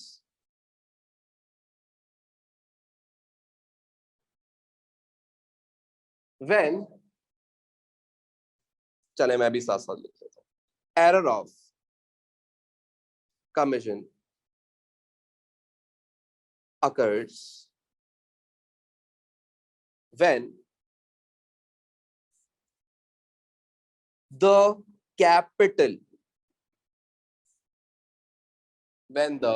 capital expenditure is treated as another capital expenditure.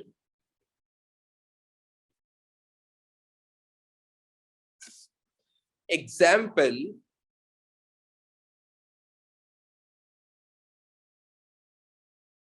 bought a motor van was debited to equipment account. सबसे पहले आपको ये, अभी डेफिनेशन कंप्लीट नहीं हुई, बट थोड़ी सी बात, आधी बात मैंने करी है। मतलब क्या है इस बात का? What is capital expenditure? Capital expenditure कहा किसको जाता है? डेप्रिसिएशन के टॉपिक के अंदर आप लोगों ने ये पढ़ा था माशाल्लाह से, what is capital expenditure? So acquisition of any non current asset, bringing any workable non-current asset into workable condition, extension of any non current asset is known as capital expenditure. यानी कि इन इजी वर्ड, अगर मैं कोई asset खरीदता हूँ, कोई मैं non current asset खरीदता हूँ, तो मैं उसको बोलता हूँ ये मेरा कैपिटल एक्सपेंडिचर है, ये मेरा कैपिटल एक्सपेंडिचर है। तो सोचो मोटर वैन खरीदना कैपिटल एक्सपेंडिचर होगा या नहीं होगा? होगा। चले, इतनी बात समझ आती है। बॉट अ मोटर वैन, क्या इक्विपमेंट कैपिटल एक्सपेंडिचर होगा या नहीं होगा? इक्विपमेंट आपने खरीदा तो वो भी कैपिटल एक्सपेंडिचर है। तो आपने जब एक कैपिटल एक्सपेंडिचर को दूसरा कैपिटल एक्सपेंडिचर ट्रीट कर दिया, तो इस टाइप के एरर को भी एरर ऑफ कमीशन कहते हैं। एक बंदे के अकाउंट को एक बंदे को दूसरे बंदे की जगह ट्रीट कर दिया। हाँ, एक सप्लायर था उसकी जगह दूसरा सप्लायर का नाम लिख दिया। एक कैपिटल एक्सपेंडिचर था उसको दूसरा कैपिटल एक्सपेंडिचर ट्रीट कर दिया। ये भी एरर क्या है? एरर ऑफ कमीशन है। फुल स्टॉप करके एक लाइन छोड़ के लिखिए, when the and when the revenue expenditure is treated as another revenue expenditure,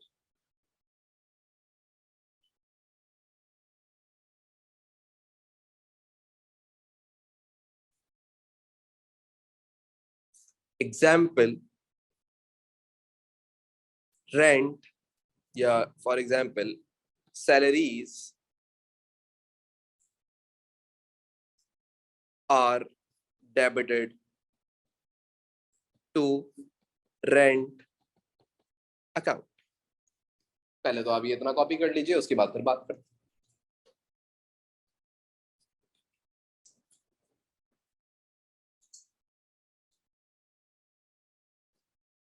सुने क्या कहता है? कहता है कि अगर तुम गलती से किसी एक रेवेन्यू एक्सपेंडिचर को, now what are revenue expenditures? Revenue expenditures are day to day expenses, daily के खर्चों को कहा जाता है। Rent, salaries, wages, electricity etcetera etcetera. In easy words, income statement में जितने एक्सपेंसेस आज तक लिखते आए हो, सारे के सारे वो एक्सपेंसेस रेवेन्यू एक्सपेंडिचर्स होते हैं। तो when you treat any of the revenue expenditure with the another revenue expenditure, सवाल यह है क्या सैलरीज एक रेवेन्यू एक्सपेंडिचर है? क्या रेंट एक रेवेन्यू एक्सपेंडिचर है? यस। तो ये क्या दोनों सेम क्लास के अंदर रहते हैं? क्या इन दोनों की क्लास सेम है? क्या मोटर व्हीकल और इक्विपमेंट की क्लास सेम थी? क्या सैलरीज और रेंट की क्लास सेम है? क्या मिस्टर एक्स जो सप्लायर था और मिस्टर वाई जो सप्लायर है, दोनों की क्लास सेम है? इसी तरीके से अगर कोई मिस्टर ए रिसीवेबल और मिस्टर बी रिसीवेबल होते, क्या उनकी क्लास सेम होती?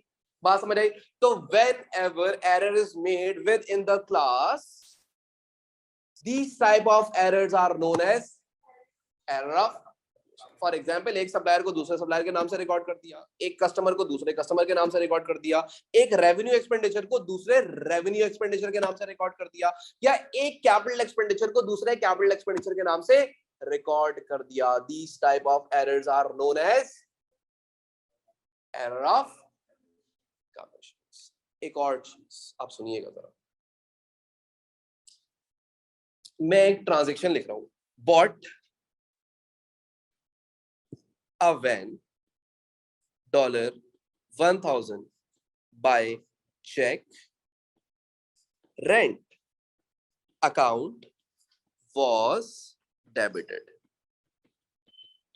सवाल ये उठता है कि आप पहले ये सोचें कि एक्चुअल में क्या होना था। क्या खरीदा? Van debit, bank credit. तो एंट्री बना ले, वैन डेबिट 1000 से एंड बैंक क्रेडिट 1000 से। करेक्ट? गलती क्या हो गई? एरर।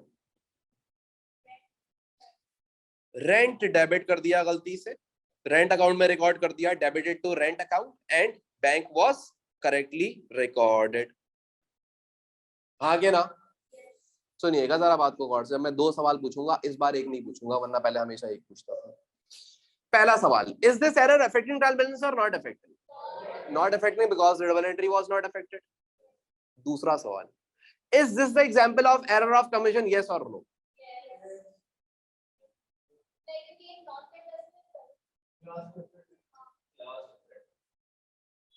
क्लास कैसे नजर आ रही है? वैन क्या है?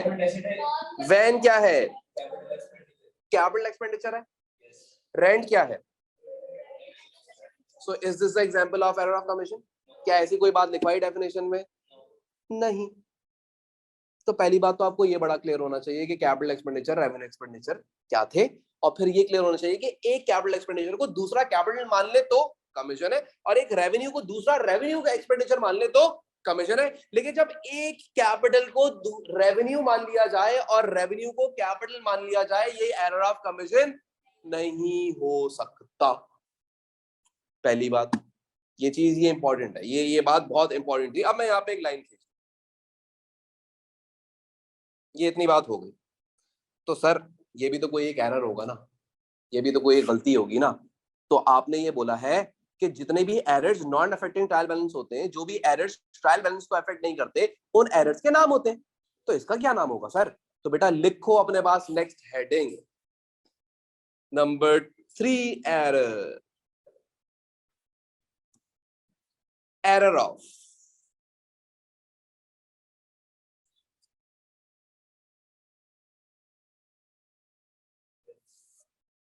Sorry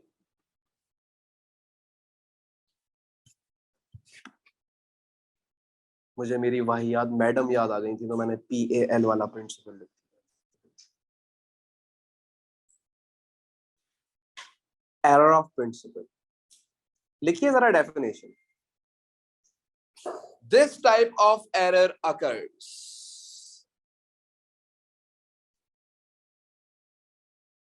when an item is entered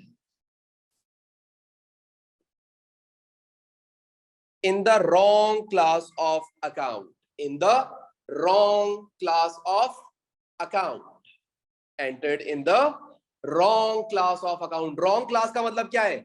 revenue expenditure को कैपिटल मान लेना या कैपिटल को रेवेन्यू मान लेना, एक सप्लायर को एक कस्टमर मान लेना या एक कस्टमर को एक सप्लायर मान लेना। लेकिन हम इस बात को शायद सिर्फ इतना ही रखेंगे कि एक रेवेन्यू एक्सपेंडिचर को एक कैपिटल मान लेना। सुनिएगा, but of the same nature. तो भाई रेंट एक्सपेंस हो या मोटर व्हीकल हो, बढ़ती है तो डेबिट ही होती है, क्लास डिफरेंट है। एक ओ लेवल्स है, एक ए लेवल्स है। ओ लेवल्स आप समझ लो कि भाई रेवेन्यू एक्सपेंडिचर है, ए लेवल्स कैपिटल एक्सपेंडिचर है। तो एक बच्चा ओ लेवल्स का ए लेवल्स में जाके बैठ गया तो गलत क्लास में बैठ गया, लेकिन दोनों की नेचर तो सेम है। एग्जाम्स तो दोनों ने जाके देना है। सही है, बात समझ आ रही है? तो पढ़ने के लिए दोनों आए थे।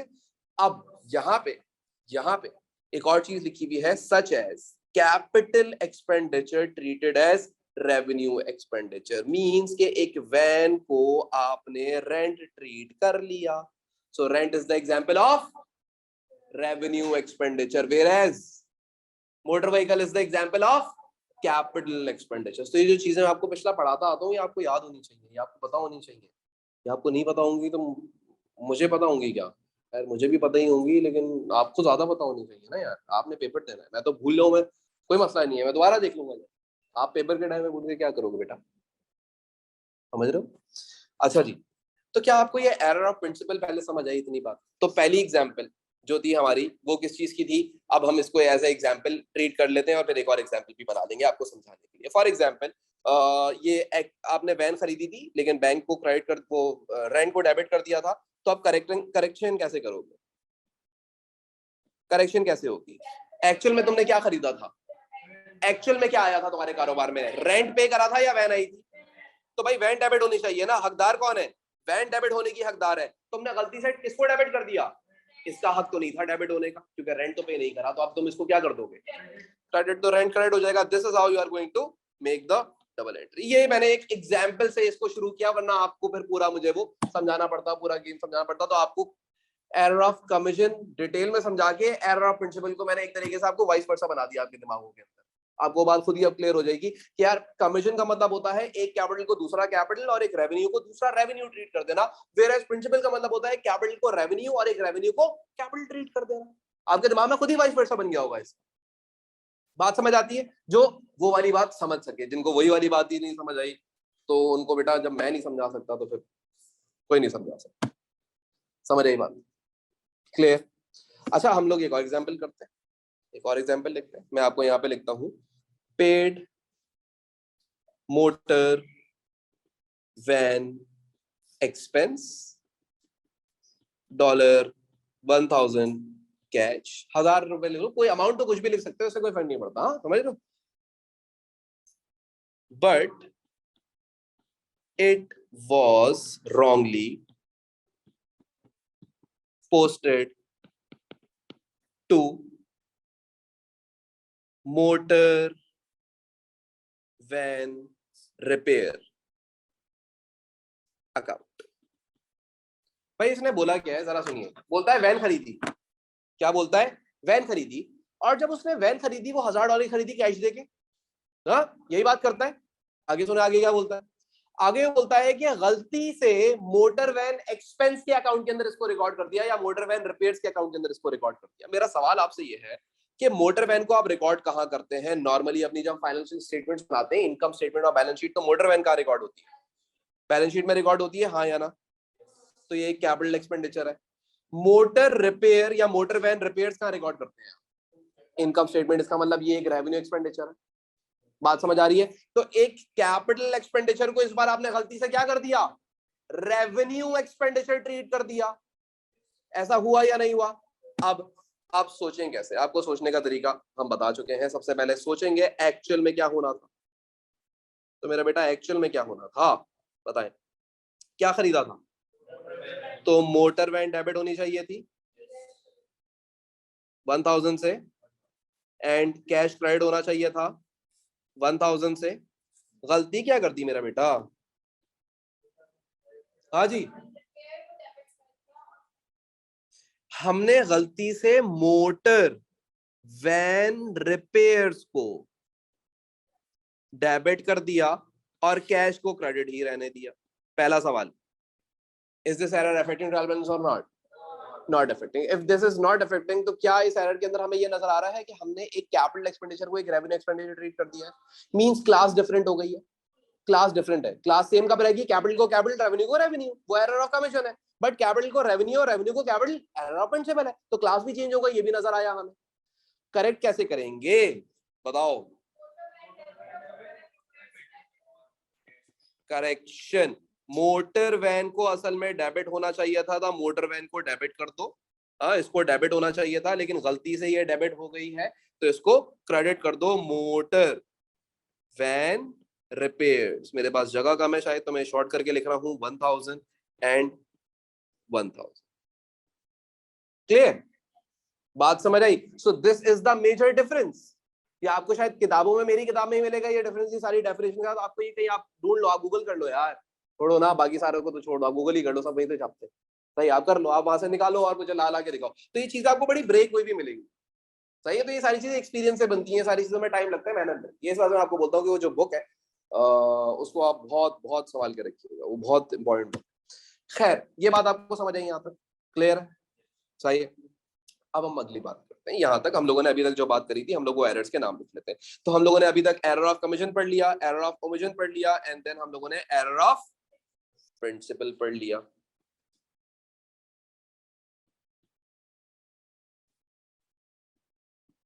क्लियर यहाँ तक? ये 3 एरर्स पढ़े अभी तक हमने। फर्दर मूव करें, आगे बात करते हैं। आगे सुनिएगा नेक्स्ट एरर। अगला एरर जिसका नाम है एरर ऑफ ट्रांसपोजिशन, या फिर इसको एक और नाम से भी जाना चाहता है, मैं यहां पे और करके लिख रहा हूं, और एरर ऑफ ओरिजिनल एंट्री। मैं आपको स्लाइड सा फर्क दिखाऊंगा इन दोनों एरर के अंदर होता क्या है, लेकिन एग्जामिनर पूछता है कि name any two accounting errors which do not affect trial balance. तो आप ये दोनों एक साथ मत लिख दीजिएगा, एरर ऑफ ट्रांसपोजिशन और एरर ऑफ ओरिजिनल एंट्री, ये होता एक ही है। तो error of transposition slash original entry आप ऐसे लिख सकते हो, और दूसरा एरर कोई और लिखोगे, कमीशन ओमिशन, ये वो। सही है? तो इनको दो अलग अलग नहीं मानना, इनको एक ही माना जाता है, ये एक ही टाइप का एरर है, बस इनमें स्लाइड से फर्क होता है। मैं आपको फर्क बताता हूँ, आपके कोर्स में तो वो फर्क भी नहीं है। सही, आपके कोर्स में इन दोनों को कोई भी नाम लिख दो, सेम बात है। क्लियर? स्टार्ट करें। अच्छा जी, लिखिएगा the error of transposition occurs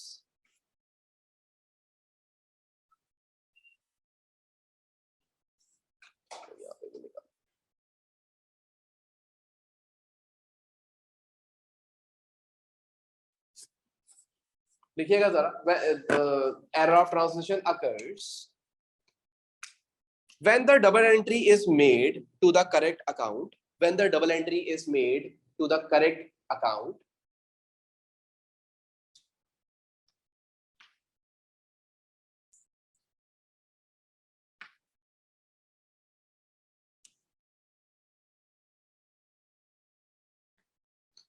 but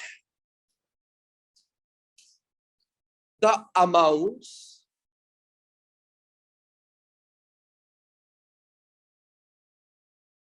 are not in the correct order, but the amounts are not in the correct order.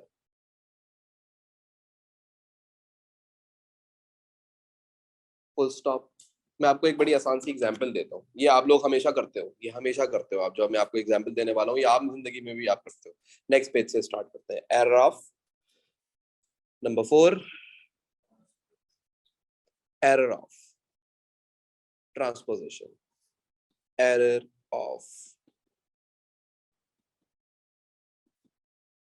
Transposition. सुनिएगा जरा, मैं एग्जांपल लिखता हूँ।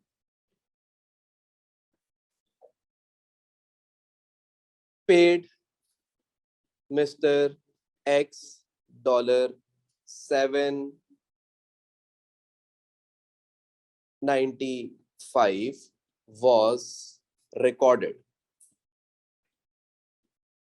in the books as 759। आप कैलकुलेटर में लिखते हुए भी एरर करते हो, आपको पता है? अभी आप फिगर्स कर रहे होते हो ना, तो आप ट्रांसपोजिशन एरर कर देते हो। ट्रांसपोजिशन एरर क्या होता है? लिखते हुए 29 लिखना था 92 लिख दिया। बहुत दफा होता है, दोबारा जीरो करते हो। तो इस टाइप का जो एरर होता है ये ट्रांसपोजिशन एरर होता है कि आप ऑर्डर को चेंज कर देते हो। ऑर्डर चेंज हो रहा है डिजिट्स का, नंबर जो अमाउंट है उसका ऑर्डर चेंज हो रहा है। ओरिजिनली अमाउंट चेंज नहीं हो रही है यहाँ पे, लेकिन 795 को 759 लिख दिया। आपने इसको सोचना कैसे है? आपने ये सोचना है अब बुक्स एक्चुअल में क्या होना था। हाँ जी, पेड मिस्टर एक्स $975 कैश में ही दिया होगा। जब एग्जामिनर कुछ नहीं बोले तो कैश अज्यूम किया जाता है। हाँ जी, तो मिस्टर एक्स डेबिट हो जाएंगे, तो मिस्टर एक्स को पैसे क्यों दे रहे हैं? नहीं, मिस्टर एक्स तो ये कौन थे हमारे? ट्रेड रिसीवेबल या ट्रेड पेबल? ट्रेड पेबल तभी पैसा दे रहे हैं एक्स कितने से? 795 से, एंड कैश 795 से। This should be the actual double entry. हकीकत में ये होना चाहिए था। हो क्या गया? बुक्स के अंदर क्या गलती कर दी आपने? बुक्स के अंदर मतलब टोटल डबल एंट्री के अंदर क्या गलती कर दी आपने? ट्रेड पेबल्स तो करेक्ट लिखा, अकाउंट तो सही है, ट्रेड पेबल एक्स, लेकिन इनको डेबिट करते हुए 759 से रिकॉर्ड कर लिया, और कैश को भी रिकॉर्ड करते हुए 759 से रिकॉर्ड कर दिया। यही मतलब है ना इसका। Paid mister x $975 was recorded in the books as 5 या 759। डन। क्या आपको एरर समझ आया? सवाल यह है, is this error affecting trial balance और not affecting? Why not affecting? भाई डबल एंट्री अफेक्ट नहीं हो रही, दोनों साइडें बराबर है। डेबिट साइड पे भी अमाउंट सेम है, क्रेडिट साइड पे भी अमाउंट सेम है। गलती के अंदर जब अमाउंट सेम है तो वो अफेक्ट नहीं करेगा ट्रायल बैलेंस को। गलती है, हम ये मानते हैं, तो उसको सही भी करते हैं, लेकिन ये ट्रायल बैलेंस को अफेक्ट नहीं करेगा। ठीक है, अच्छा जी, सही कैसे करेंगे? करेक्शन। हाँ जी, सही कैसे करेंगे अब ये सोचें। आपका कैश एक्चुअल में कितने से क्रेडिट होना चाहिए था? आपने कितने से क्रेडिट किया? ज्यादा से करा या कम से करा? कितने कम से करा? 36। तो कैश को मजीद क्रेडिट कर लीजिए 36 से, तो कैश क्या हो जाएगा? 36 से क्रेडिट। और ट्रेड पेबल्स को आपने एक्चुअल में कितना पैसा दिया था? रिकॉर्ड कितना कर लिया? तो कितना कम रिकॉर्ड किया हुआ है, तो मजीद उससे ट्रेड पेबल्स को 36 से रिकॉर्ड कर लीजिए। This is the pure example of error of transposition. So transposition error सही कैसे किया जाता है? डिफरेंस देख लेते हो। डिफरेंस क्या है? डिफरेंस क्या है? बात समझ आई? क्लियर? यहां तक बात समझ आती है? अच्छा जी, एक और एग्जांपल लेते हैं। और एरर ऑफ ओरिजिनल एंट्री। अब ओरिजिनल एंट्री और ट्रांसलेशन एरर के अंदर स्लाइड सा फर्क है, मैं आपको वो एग्जांपल्स के थ्रू दिखाने वाला हूं। सही है, हमारी बुक्स कहती हैं कि सेम है, लेकिन बड़ों की बुक्स कहती हैं कि सेम नहीं है, दोनों में बड़ा फर्क है। सही है, तो वो फर्क आपको पता होना चाहिए एटलीस्ट। ठीक है, अच्छा जी, मैं यहां पे लिखता हूं sold goods for cash $1000 entry was recorded in the books as $10,000। क्या बोल रहा है कि आपने सामान बेचा था $1000 का, लेकिन आपने बुक्स के अंदर कितना रिकॉर्ड कर दिया? 10,000 का रिकॉर्ड कर दिया। सवाल के लिए सबसे पहले मैं आपसे पहला सवाल पूछूंगा, एक्चुअल में क्या होना चाहिए था, पहले ये बताएं। क्या किया था? सोल्ड गुड्स फॉर कैश $1000, तो हुआ क्या होगा? Cash debit 1000, sales credit 1000। हाँ, गलती क्या कर दी? एरर। हाँ जी, क्या गलती हुई? तो कैश डेबिट हो गया 10,000 से एंड सेल्स क्रेडिट हो गई 10,000 से, लेकिन क्या असल में 10,000 की सेल्स हुई थी? क्या 10,000 का कैश आया था? तो सही करोगे, कैसे करोगे?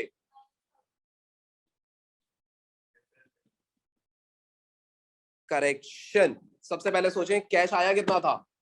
1000 एक्चुअल में, लेकिन रिकॉर्ड कितना कर दिया? 10,000। तो कितना ज्यादा कैश रिकॉर्ड कर दिया? 9,000। तो इस बार कैश को बढ़ाएंगे या कम करेंगे? तो आपको ये कब कब एंट्री बनानी है, इससे आपको बड़ा अच्छा अंदाजा हो जाएगा कि आपको कैश डेबिट करना था कितने से? 1000 से। आपने डेबिट कितने से कर दिया? 10,000 से। आपने कैश ज्यादा रिकॉर्ड कर दिया, तो आज सही करने के लिए कैश को क्या कर दोगे? 9,000 से कम कर दोगे, यानी कि क्रेडिट कर दोगे। तो कैश क्या हो जाएगा? क्रेडिट हो जाएगा। और सेल्स आपकी कितने से रिकॉर्ड होनी चाहिए थी? 1000 से, लेकिन आपने सेल्स रिकॉर्ड कितने से कर दी? 10,000 से। यानी कि सेल्स तुमने बढ़ा के लिखी हुई है या कम करके लिखी हुई है? बढ़ा के लिखी हुई है। तो सेल्स को जब तुम कम करते हो तो किधर से करोगे? डेबिट करके या क्रेडिट करके? सेल्स बढ़ती कैसे है, चलो ये बताओ, सेल्स कैसे बढ़ती है? डेबिट होके, क्रेडिट होके? क्रेडिट होके। तो आज सेल्स को कम करनी है तो कैसे करोगे? डेबिट करके। तो डेबिट कर दो। यहाँ पे तुम लिखोगे सेल्स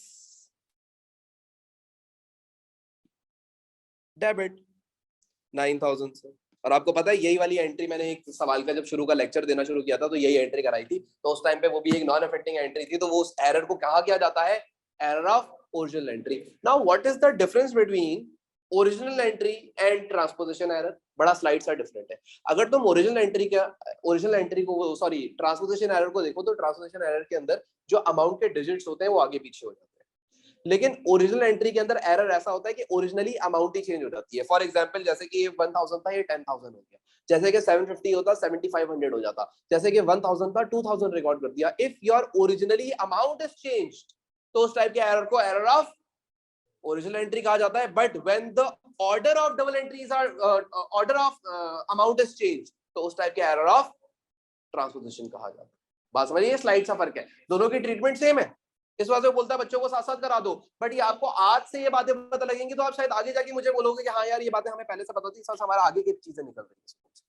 समझ रहे हो ये बात? क्योंकि जब आप आगे के लेवल पे जाओगे तो वो ये अज्यूम कर रहे होते हैं पीछे वाले ने पढ़ाया होगा, वो और आगे जाते हो तो वो अज्यूम करते हैं पीछे वाले ने पढ़ाया होगा, तो ऐसा फिर वो बच्चा नीचे होता जाता है, या फिर जाहिर सी बात आपको पता है हमारा तालीम का मेयार क्या है हमारे। समझ रहे हो बात? समझ रहे? So what is error of original entry? when the amount is completely changed, and what is error of transposition? when the order of amount is changed। सही है, तो ऊपर देखो तो 795 को 759 रिकॉर्ड किया, लेकिन नीचे देखो तो 1000 को 10,000 रिकॉर्ड कर लिया, तो वहां पे ऑर्डर चेंज है और यहाँ पे अमाउंट ही ओरिजिनली चेंज है। अच्छा जी, यहाँ पे एग्जामिनर ने, मतलब एग्जामिनर क्या बोल रहे हैं अपने आप को, हमने ही लिखा है, बोलता है error of original entry occurs when entry is made to the correct account but the amount is actually incorrect. For instance, we had debit Mr. X account by 750 and credit sales by 750 but mistakenly record as 7500 on both accounts. अगर तुम error देखो तो 750 से record करना था, record कितने से कर लिया? 7500 से रिकॉर्ड कर लिया, तो अमाउंट ओरिजिनली चेंज हो गई, तो इसको हम क्या कहते हैं? एरर ऑफ, क्या लिखा ऊपर स्टार्ट में पढ़ो, एरर ऑफ ओरिजिनल एंट्री। नीचे लिखा हुआ है a transposition error occurs is also the same as error of original entry, except in this case incorrect amount arises due to arranging order of the digits of the actual amount. बताइए, बात समझ आई आपको कि यहाँ पे आपके जो arranging order होता है, जो आपकी ऑर्डर्स होते हैं वो चेंज हो जाते हैं। फॉर इंस्टेंस यहाँ पे बता देगा we had to debit Mr. X by 754 and sales by 754 but mistakenly recorded as 547 and 547। अच्छा, ये जो सारे एरर्स है ना, इनके नीचे आपकी बुक के अंदर ही पूरी पूरी एग्जांपल्स करके दी हुई है और फिर बताया हुआ है कि भाई एक्चुअल में क्या एंट्री होनी चाहिए थी, entry that should have been, entry that made the error, entry that will pass to rectify the situation। तो यहाँ पे मैंने थोड़े उन अल्फाजों का चुनाव कर लिया जो शायद थोड़े से बेहतर अल्फाज हो, लेकिन है क्या, पहली एक्चुअल, दूसरी एरर, तीसरी करेक्शन। पूरी बुक में आपको यही मिलेगा, आपको कुछ और नहीं मिलेगा। अल्फाज का चुनाव शायद थोड़ा सा डिफरेंट होगा, लेकिन बात यही करें, यहाँ पे भी वो 3 एंट्रीज ही बना के करेक्ट करवाएगा आपको। क्लियर होता है यहाँ तक? ये बात समझ आती है? नेक्स्ट एरर पे चलते हैं। तो हम लोगों ने एक और एरर पढ़ लिया जिसको हम कहते हैं एरर ऑफ ट्रांसपोजिशन या एरर ऑफ ओरिजिनल, राइट? अगले एरर पे चलते हैं। नेक्स्ट एरर, अगला एरर क्या कहता है आपको? अगले एरर के बारे में बात करते हैं। अगला एरर का नाम होता है एरर ऑफ, सुनिएगा भी, ये इंपॉर्टेंट एरर है, error of complete reversal.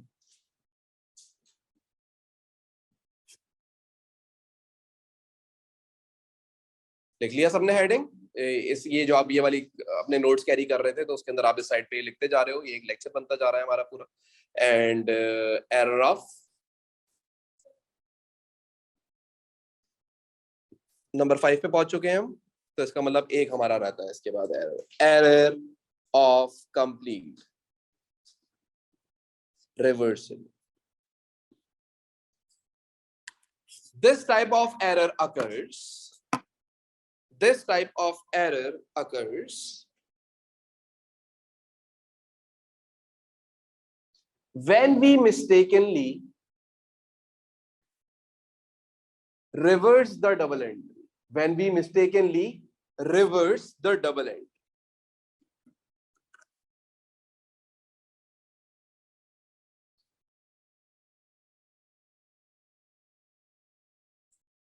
It means that the item, जो लोग यहाँ से देखना चाह रहे हैं वो देख सकते हैं, बट जो मैं डिक्टेट कर रहा हूँ वो आप लिखते रहे साथ साथ। It means that the item which should be debited, it means that the item which should be debited is recorded on the credit side,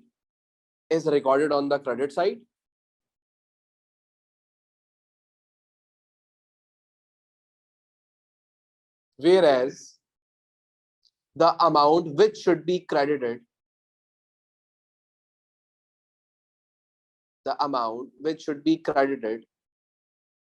is recorded on the debit side.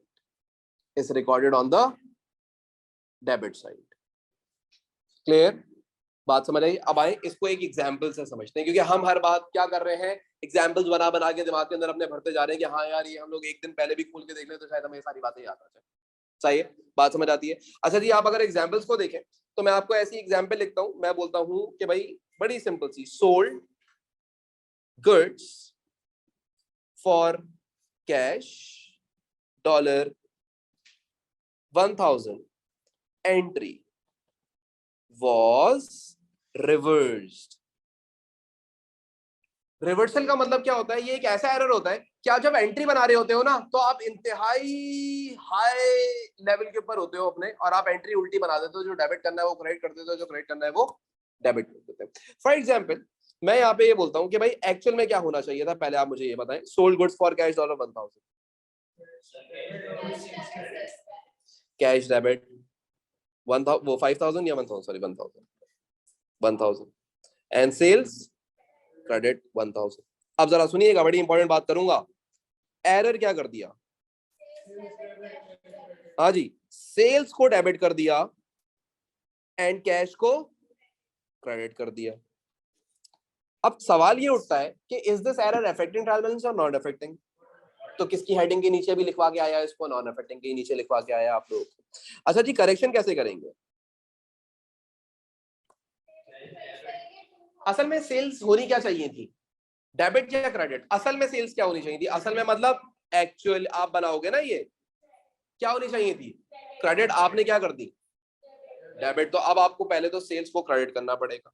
But याद रखिएगा, याद रखिएगा, हमेशा याद रखिएगा, कोई चीज अगर आपको अपनी बुक्स में क्रेडिट करनी थी और आपने वो गलती से डेबिट कर दी, या डेबिट करनी थी वो गलती से क्रेडिट कर दी, तो अब जब आप उसकी करेक्शन करोगे तो अमाउंट्स को डबल से रिकॉर्ड करोगे। क्यों? पहला इफेक्ट इसको एलिमिनेट करेगा 1,000 रुपए, और दूसरा इफेक्ट इस 1,000 रुपए को रिकॉर्ड करेगा। यानी कि सेल्स कितने से रिकॉर्ड की जाएंगी? 2,000 से रिकॉर्ड की जाएंगी। और कैश भी कितने से रिकॉर्ड किया जाएगा? 2,000 से रिकॉर्ड किया जाएगा। तो याद रखिएगा, when ever there is error जो कि कंप्लीट रिवर्सल का होगा, तो जब आप उसको करेक्ट कर रहे होगे तो अमाउंट को डबल से रिकॉर्ड करोगे। मैं आदत से मजबूर हूं तो थोड़ी सी और डिटेल में चला जाता हूं। फॉर एग्जाम्पल, आप सोचें कि आपने गलती कर दी। अब आप एरर को देखते हुए मुझे जरा टी अकाउंट बनवाइए। एरर को देखते हुए टी अकाउंट बनवाएंगे आप लोग पहले, सही है? एक्चुअल में आपको पता है ना क्या हुई थी? सेल हुई थी $1,000 की, ऐसे ही था। एरर में अगर आप देखें तो आप लोगों ने सेल्स को क्या कर दिया? डेबिट कर दिया। तो मैं यहाँ सेल्स का अकाउंट बना देता हूँ और यहाँ पे कैश का अकाउंट बना देता हूँ। तो सेल्स को आपने डेबिट कर दिया 1,000 से, डन। और कैश को आपने क्या कर दिया? 1,000 से क्रेडिट कर दिया। लेकिन अगर मैं आपसे पूछूं, असल में हकीकत में जब तुम्हारी एक्चुअल एंट्रीज बनी थी तो तुम्हारी एक्चुअल एंट्रीज कैसे शो करती सेल्स के अकाउंट को? सेल्स के साइड पे रिकॉर्ड होता है, एक्चुअल एंट्री देख के बताओ। Sales on the credit side 1,000, किसकी वजह से? कैश की वजह से। और इधर अगर आप देखें तो कैश किस हिसाब से रिकॉर्ड होता? डेबिट या क्रेडिट? डेबिट साइड पे कितना? 1,000 सेल्स की वजह से, कैश। अगर हम इनके बीडी बैलेंसेस निकालते तो इसका बीडी इधर आता 1,000 का, और इसका बीडी इधर आता 1,000 का। ये तो मानते हैं आप बात? तो नीचे वाले जो दो अकाउंट्स बनाए, असल हकीकत में ये अकाउंट्स ऐसे दिखने चाहिए थे, लेकिन इस वक्त ये अकाउंट कैसे दिख रहे हैं? इनका बीडी किधर दिख रहा है? क्या गलत जगहों पे दिख रहा है? पहली बात, ये गलती नजर आई कि ये गलत है। रिवर्सल करने की वजह से हर चीज उल्टी हो गई। जो चीज का बैलेंस क्रेडिट पे आना था उसका डेबिट पे आ रहा है, जिसका डेबिट पे आना था उसका क्रेडिट पे आ रहा है। रिवर्सल, उल्टा कर दिया सब कुछ। सही क्या करोगे या सही कैसे करोगे, अब सवाल ये उठता है। तो अगर हम देखें तो हम लोगों ने सही करते हुए जब करेक्टिंग एंट्री बनाई तो कैश को डेबिट करा या क्रेडिट करा? करेक्टिंग एंट्री देखें, डेबिट करा। कितने से डेबिट करा? किसकी वजह से? सेल्स की वजह से। और सेल्स को क्या करा? 2,000 से क्रेडिट करा, किसकी वजह से? कैश की वजह से। अब अगर हम यहाँ पे बीडी बैलेंसेस कैलकुलेट करें, निकालें जरा, कौन सी साइड हैवियर है? 2,000, 2,000, 2,000 माइनस 1,000, बीडी बैलेंस कितना आएगा? 1,000। एक्चुअल में भी कितना आना चाहिए था? कितना आ रहा है? अमाउंट डबल करी तभी आया। अगर सिर्फ 1,000 रुपए रखता तो फिर बैलेंस कितना हो जाता? नील। 1,000 इधर 1,000 इधर, नील बैलेंस हो गया। इसका मतलब तो सेल्स ही नहीं हुई। सेल्स हुई थी तो 1,000 रुपए एरर को खत्म करने के लिए और 1,000 रुपए सेल्स को रिकॉर्ड करने के लिए, इसलिए अमाउंट को डबल करवाया था। इधर देख लो, बीडी बैलेंस कितना बनेगा? 1,000 बन जाएगा। एक्चुअल में कितना बन रहा था? 1,000। बात समझ आई? सो दिस इज वाई जब भी एरर ऑफ कंप्लीट रिवर्सल होगा तो एंट्री को क्या कर दोगे? डबल कर दोगे। क्लियर? ये वाली बात समझ आती है? सही से समझ आती है तो हमेशा याद रखना, इसको डबल कर दिया जाता है। तो लॉजिक भूल जाओ तो ये निकाल के देख लेना कि सर ने बता दिया था कि डबल क्यों किया जाता है। क्लियर? यहां तक बात समझ आती है? अच्छा जी, आगे सुने, आगे क्या बोलता है। लास्ट एरर जिसका नाम है एरर नंबर 6, इधर लिख लेते हैं सबसे पहले। एरर ऑफ लिखे आप लोग मेरे साथ साथ। Error number 6, error of compensation. चलो भाई, अगला एरर लिखो, एरर ऑफ कंपनसेशन। डेफिनेशन लिख लीजिएगा इसकी। कंपनसेशन की डेफिनेशन बहुत ही सिंपल सी है, लिखिए जरा। This error occurs when two or more accounting errors. This error occurs when two or more accounting errors This error occurs when two or more accounting errors cancel out their effect on trial balance. Cancel out their effect on trial balance.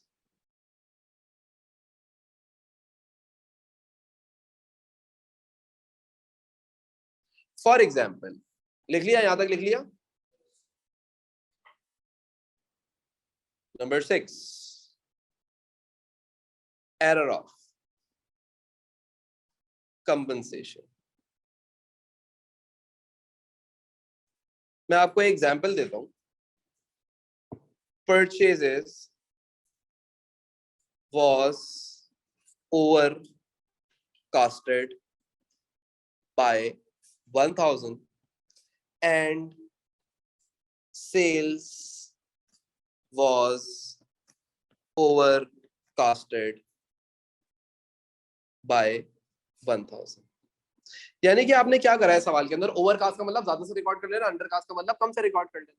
सही है. Overcast, undercast, इनके और भी शायद कोई नाम होते हो, मैं शायद अभी ज़हन में नहीं आ रहे हो, लेकिन ओवरकास्ट, अंडरकास्ट या ओवर स्टेट, अंडर स्टेट कहा जाता है. अच्छा जी, एरर ऑफ कंपनसेशन उस टाइप के एरर्स को कहा जाता है, सुनिएगा जरा, ये एक इंपॉर्टेंट एरर है, उन टाइप के एरर्स को कहा जाता है जिस टाइप पे आपके दो ऐसी गलतियां होने की वजह से आपका ट्रायल बैलेंस बैलेंस होता है. यानी कि हो सकता है एक गलती आपने डेबिट साइड पे कर दिया और एक गलती क्रेडिट साइड पे, लेकिन वो अमाउंट ऐसी हो कि दोनों इफेक्ट कैंसिल हो जाए उसके.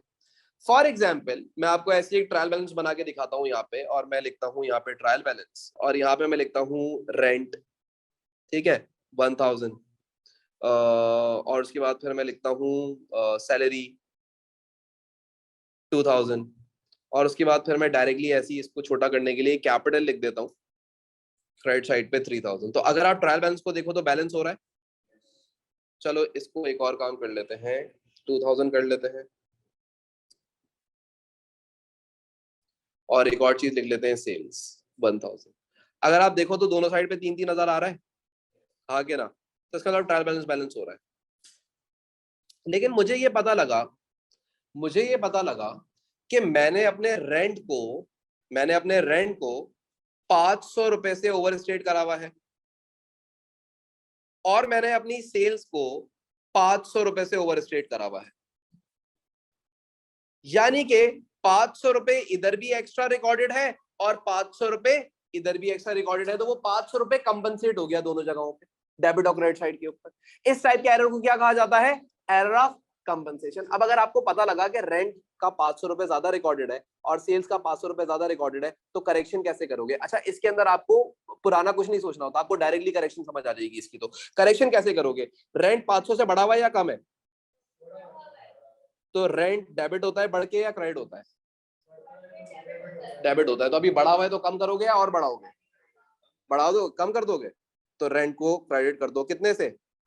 500. सेल्स 500 से बढ़ी नहीं है या कम हुई नहीं है? बढ़ी नहीं है. सेल्स को बढ़ाओगे मजीद या कम करोगे? कम करेंगे. सेल्स बढ़ती है तो डेबिट होती है, क्रेडिट होती है? तो कम करोगे तो क्या करोगे? डेबिट कर देंगे. तो सेल्स क्या हो जाएगी? 500 रुपए से डेबिट. बहुत ही आसान है इसको तो सीधा करना. फॉर एग्जाम्पल, अब ऊपर एग्जाम्पल देखें. ऊपर एग्जाम्पल के अंदर बोलता है purchase was overcast by 1000 and sales was overcast by 1000. बोलता है परचेज भी बढ़ा दी, यानी डेबिट साइड पे भी 1000 रुपए बढ़ा हुआ है और क्रेडिट साइड पे भी 1000 रुपए बढ़ा हुआ है. करेक्शन कैसे करोगे? सिंपल अकाउंटिंग बेसिक पे चले जाओ, नेचर देख लो दोनों की. परचेज की नेचर क्या होती है? Debit nature. 1000 से बढ़ाई भी है, आज कम करोगे तो 1000 से क्या कर दोगे? सेल 1000 से बढ़ाई भी है, हाँ, कम करोगे तो डेबिट करोगे, क्रेडिट करोगे? डेबिट हो जाएगी. तो सेल्स डेबिट 1000 से. This is the correcting entry. और इस टाइप के एरर्स को क्या कहा जाता है? Error of compensation. हाँ जी, क्या चीज बेटा? ये रही ना ये एग्जांपल. तो इसमें क्या लिखा हुआ था? परचेज आपकी ओवरकास्ट थी 1000 से और सेल्स आपकी ओवरकास्ट थी 1000 से. तो अभी उनका कास्टिंग सही कर रहे हो, अब आप इक्वलाइज कर रहे हो. अब इसको मैं ये नहीं बोलूंगा अंडरकास्ट कर दी, मैं बोलूंगा इक्वलाइज हो गई ये चीज. सही, इक्वल कर दिया ना. बात समझ आती है? तो इसको हम कहते हैं एरर ऑफ कंपनसेशन. तो अभी तक जो हम लोगों ने देखे, ये तमाम के तमाम एरर्स, ये एरर किससे रिलेट करते हैं? Not affecting trial balance. अगर तुम यहाँ पे भी नोटिस करो तो ये जो एरर ऑफ कंपनसेशन भी कराया, तो इन दोनों एरर की होने की वजह से ट्रायल बैलेंस पे कोई इफेक्ट पड़ा था? नहीं पड़ रहा था। तो ये भी क्या है? Non affecting trial balance. तो अब तक हम लोगों ने, अभी तक जो हम लोगों ने इस टॉपिक को दो हिस्सों में पहले तोड़ दिया था। पहले हम लोगों ने नॉन अफेक्टिंग के बारे में बातें करी और फिर हम आगे अभी चल के अफेक्टिंग के बारे में बातें करेंगे। लेकिन नॉन अफेक्टिंग एरर्स हमने कौन कौन से देखे? Number 1, error of omission, entry completely omit कर जाए। एरर ऑफ कमीशन, एक गलत पर्सन के अकाउंट के अंदर रिकॉर्ड कर दें। एरर ऑफ कमीशन का दूसरा मतलब एक रेवेन्यू एक्सपेंडिचर को दूसरा रेवेन्यू एक्सपेंडिचर ट्रीट कर दें। एरर ऑफ कमीशन का मतलब एक कैपिटल एक्सपेंडिचर को दूसरा कैपिटल एक्सपेंडिचर ट्रीट कर दीजिए।